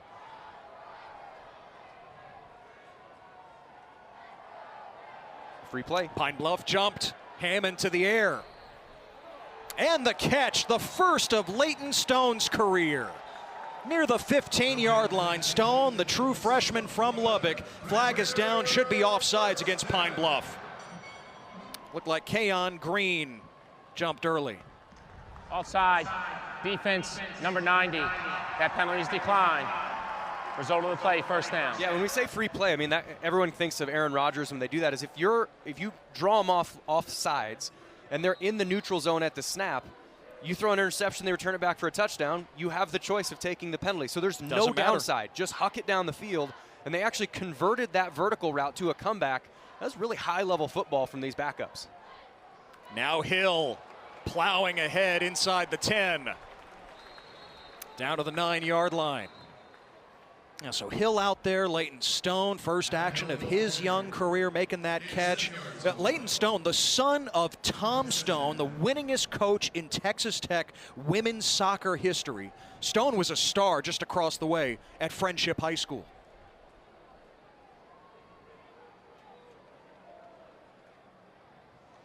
After the 7-yard run, 2nd and 2, Hammond to Stone for the touchdown. They cap it off. The first of Leighton Stone's career. And Tech has hit 60. Yeah, it's just another one of those in-breaking routes that Texas Tech has had so much success with, and it looks simple, but it's absolutely not. If you don't have leverage as the wide receiver, you need to create that leverage. You have to step on the corner's outside foot, then you have to break it all the way back in. In order to find that opening, you have to stem that route right, and then Hammond has to drill that one in. That's a really nice connection between those two young guys. The place kicker rotation continues here. Stone Harrington with the extra point, and it's 61-0. Man, that's got to feel good. All the congratulations, and for good reason. Leighton Stone's first touchdown. Yeah, I mean, if you're a hometown kid, it just means a little bit more. And you grew up going to these games. You grew up meeting with all the coaches, all the athletic trainers. You just know everybody, so it's kind of in his DNA to be a Red Raider. And now that he is, being able to get in the end zone at Jones AT&T Stadium, I mean, that's a super special feeling for that young guy. It's, you know, that's the fun stuff about being in the third quarter of a blowout game, is you get stories like that. That guy's going to be a star by the time he's done, but getting him these first couple receptions, a first touchdown, really cool experience. And Jeff, there might be that question during the lightning delay. What's the point of coming back out onto the field? This is the point, the opportunity for the 2s and the 3s to make plays, and that goes for both sides, really. Yeah, exactly. And really, if you're Arkansas Pine Bluff, you need to continue to sharpen up. This is the best competition you're going to see all year. Are you going to be able to execute against the best, so that when you do play teams that aren't this deep of a roster, this big, this strong, when you're playing in the SWAC, you have the ability to then execute. This program has been on the rise, even though the record hasn't quite indicated it. They've gotten better year over year. Their goal now is to finally break through that threshold and win. It's just a really hard start against a Red Raider team that is as deep and talented as they are. And when they're coming on the road with 3 charter flights and 2 or 3 layovers and all of it stacked against them. So if you're a Golden Lion fan, you cannot be that disappointed with the result and think that the season's over. There's a lot of fight in this team, some talent that we've seen tonight, even if the scoreboard doesn't indicate it.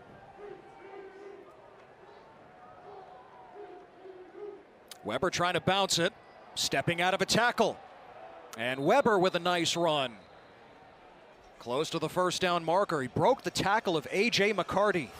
Yeah, Tony Hull is really high on Zamarian Weber. He said he would recruit him in New Orleans when he was at other schools. He just didn't land him there. And the speed that he's got, you can kind of just oozes out of him. He's just super raw right now. He doesn't know exactly where to go.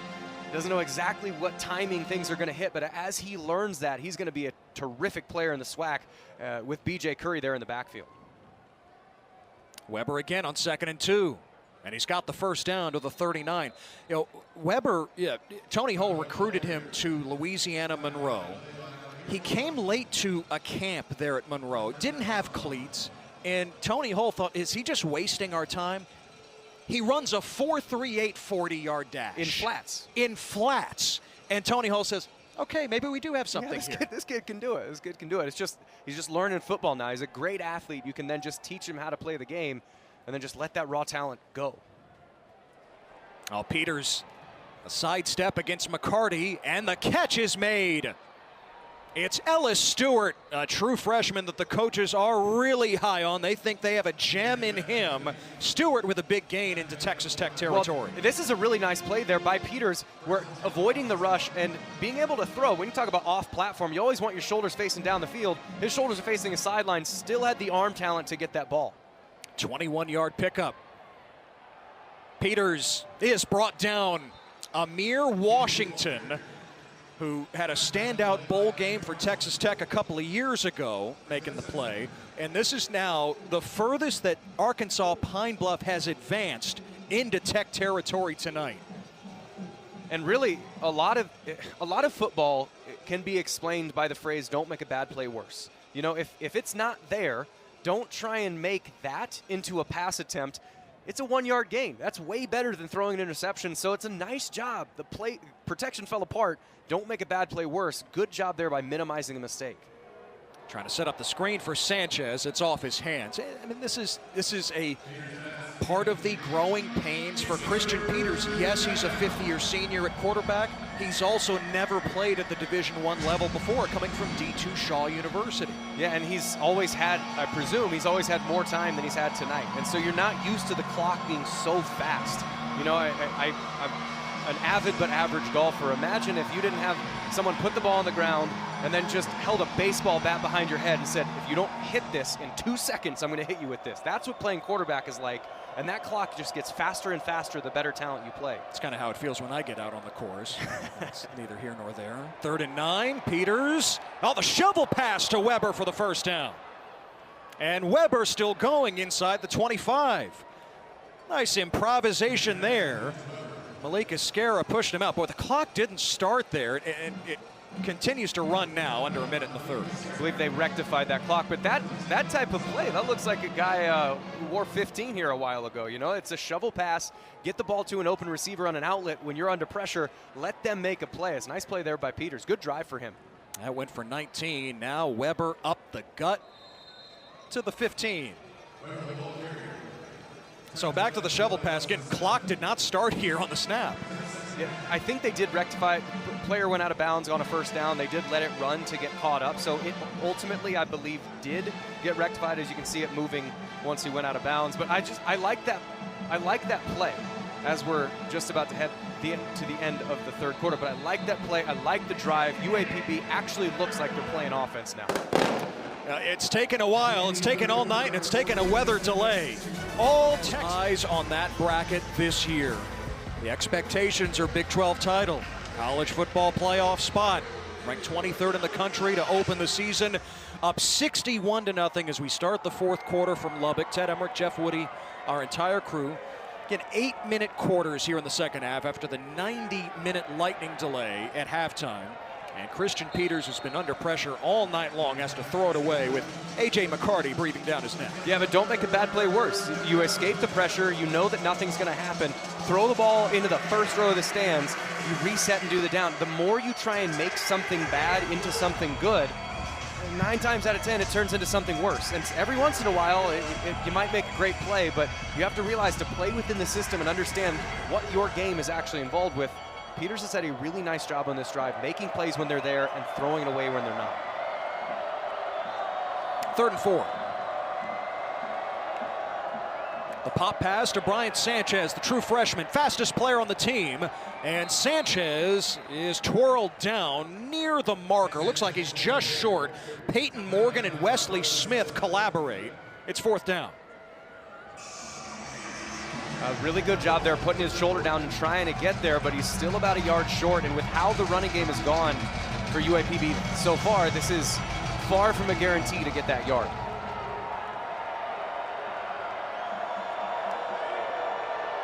Give it to Jalen Jennings. He's got the 1st down, and it's 1st and goal for Arkansas Pine Bluff.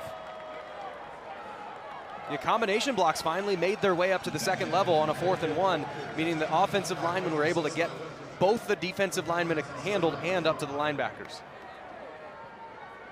Peters off the fake. And stepping out of bounds. Back to the 4th down play. Yeah, there's actually a puller that got around, but the combination down blocks actually moved defensive linemen, which we have not seen to this point. I think it's the reserves in for Texas Tech feels a little bit more of a fair fight for UAPB. So they're actually able to get some kind of movement, good puller, good lead, and good patience by the running back to convert on that 4th down. And I think that was intended to be a run play, so I don't think that Peters could have actually thrown that ball away. So why did he run out of bounds behind the line of scrimmage? Well, if he threw it, it'd be a 5-yard penalty. So don't make a bad play worse. We're still doing a pretty good job of doing that.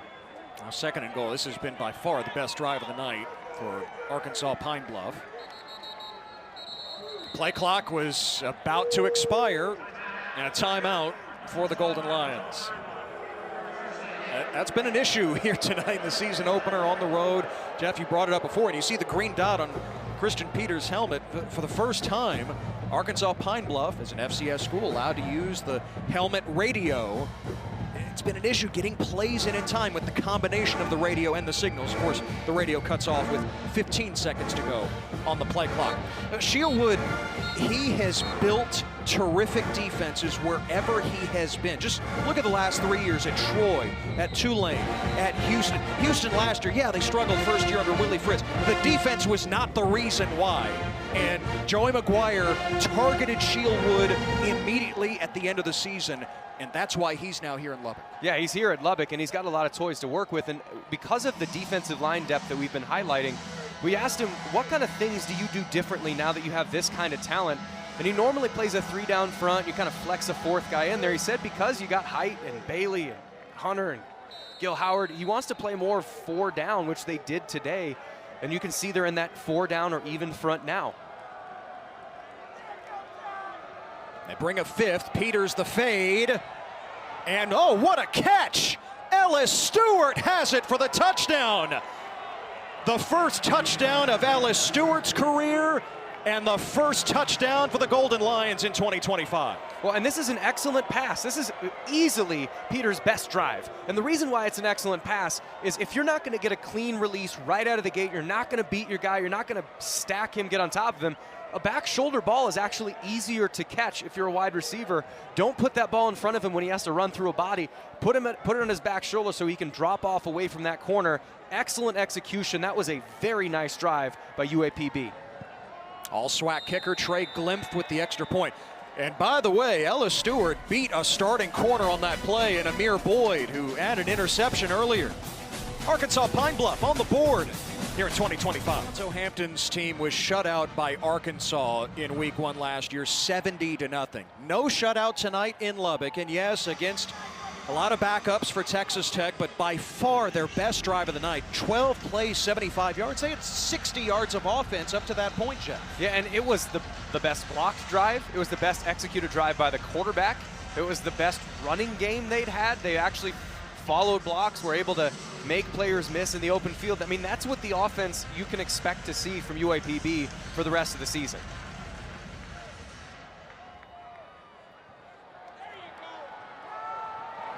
Here's Tristan Gentry on the return. Gentry across the 30. Flag is down from behind the play. Gentry stepping out of tackles, still going at the 20, and finally clipped. But again, a flag back in Texas Tech territory. Holding return team number 6. 10-yard penalty from the spot of the foul. It's first down.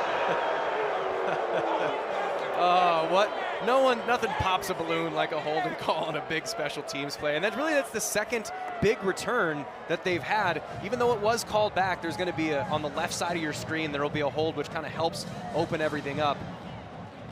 Right. I mean, it was on number 17. Yeah, right there. It was on number 9. Kelby Valson. Holding number 38 for UAPB. It was absolutely at the point of attack. That play probably doesn't happen without that hold. But you have 2 big returns. Even with their 2 holding calls that come back, don't think that other teams aren't seeing that on film. Those are still included in the film package that the next teams are going to have to watch. And the coaches are going to say, hey, this Texas Tech return game is strong for the Red Raiders. And the third quarterback of the night for Texas Tech, Mitch Griffiths, the former Wake Forest Demon Deacon, who was working in construction a year ago. And Griffiths to the air on first down. And the catch pulled in. No, he's out of bounds. That was Price Morgan. Couldn't get the feet in. Joey McGuire said it as we get another look here, Jeff, that Mitch Griffiths has been such an inspiration. He got up and talked with the team during camp about getting up at 2 a.m. for an entire year. He was out of football this time last year, working in construction, and now he's back on the field. And that's the kind of stuff, you mentioned. What's in it for these guys coming back out and playing? That. Rewarding that kid's attitude, his effort, the character it takes to come back to doing something you love after waking up at 2 a.m. to go do construction for an entire year. That's the kind of story that the fourth quarter of these games provide. Griffith's message was, listen, you got to enjoy this grind in camp. This is so much more fun than working 2 a.m. to 2 p.m. and pouring concrete for 12 hours at a time. I've done concrete before, and I do not envy someone who has to do that all the time. Griffiths to throw on 3rd and 6. Or will he scramble for it? Yes, he's got the first down.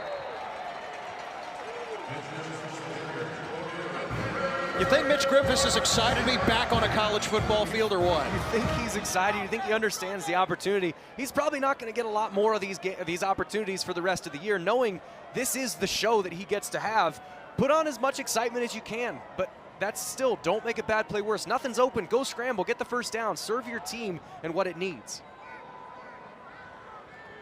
Now the screen. And Tyson Turner has it for Texas Tech to the 35. Good quick decision there again by Griffiths. Is it meant to be a screen? That ball has to be out fast. It has to be a 90-mile-an-hour fastball, and it has to be on the upfield hip of that the receiver of the screen, because if it's behind him, he has to turn around. The play flow doesn't work. Good ball. It seems simple, but it was well executed.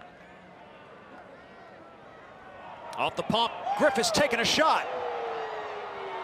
And into double coverage, incomplete, but 2 flags. Bryson Jones, the freshman from Frisco, the target.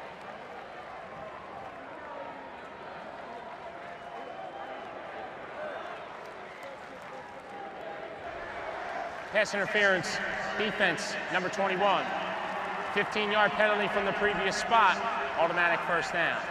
That's on the safety, Jamarlin Green.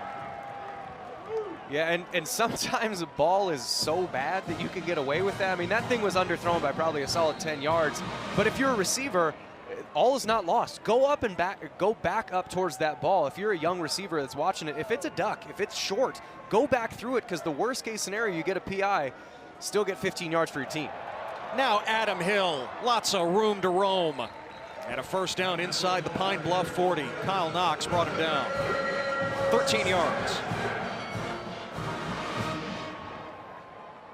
think, Patrick Mahomes' teammate, Isaiah Pacheco, someone described him as running angry and that the ground hurts after he runs. Hill has sort of a similar running style. You can almost feel his steps from up here. One more time. Hill inside the 20. And lowering the shoulder at the end. A Marion Mingo on the wrong end of that. My man, that's the way you finish a run. He's not finding his way out of bounds whatsoever. He's going to bounce this one outside. As he goes to turn the corner, doesn't quite have the angle on the safety, but you want to make a tackle, son, you better bring more weight than that to the party. That is a terrific way to end a run. He rips off 24 more. Texas Tech has scored on all 10 of their possessions tonight. This is number 11. Griffiths guns it for the touchdown. It's Bryson Jones, the freshman. 11 times they've had the football, 11 scores, including 9 touchdowns. And Bryson Jones gets rewarded. He played back into that bad ball to get a pass interference.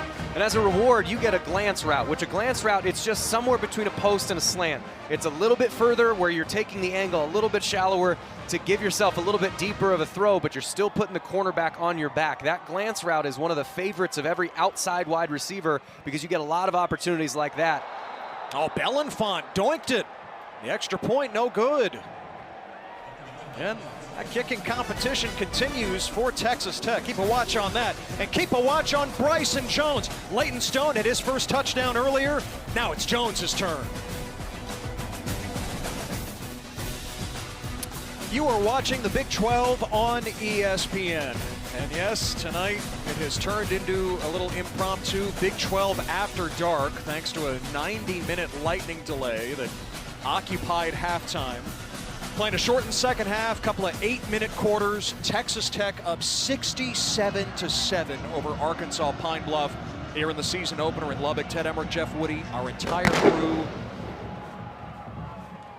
As Stone Harrington sends it away, it is another touchback. Well, the all-new ESPN app has arrived. All of ESPN, all in one place. It is your home for the most and best live sports and a whole new way to experience ESPN. That means you can get all of ESPN college football all in one place with the all-new ESPN app. Go in and unlock that ESPN Unlimited plan or log in with your TV provider. And if you're with us right now on the all-new ESPN app, more power to you. I feel like the only people still around are Tech fans and the Sickos committee, but we will take it. Hey, if you stuck around, you see 12 different Texas Tech receivers catch a pass. That's a fun little stat for you. I've seen a defense that has rallied to the football all night. Zamarian Weber on the run here. Arkansas Pine Bluffs leading ball carrier tonight. We haven't seen much of B.J. Curry. We were told, hey, it is going to be a tandem, almost Sonic and Knuckles-like.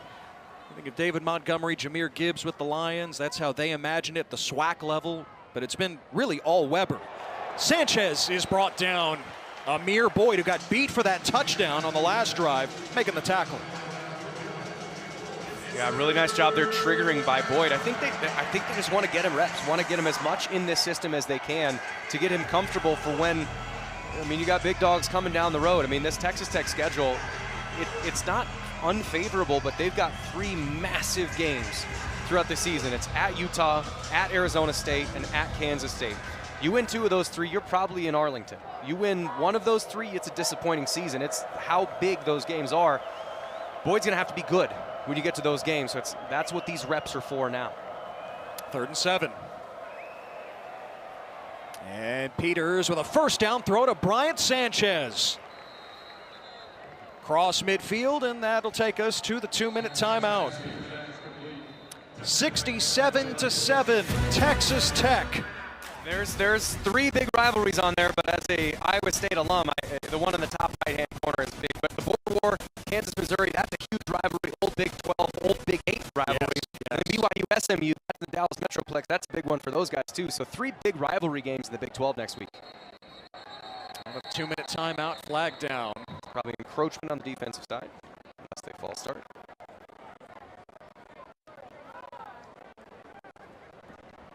Offside. Defense number 96. into the neutral zone with contact. 5-yard penalty. It's first down. That's on Keyshawn Williams. Okay, Jeff, projected forward. And again, not every game's going to be 60.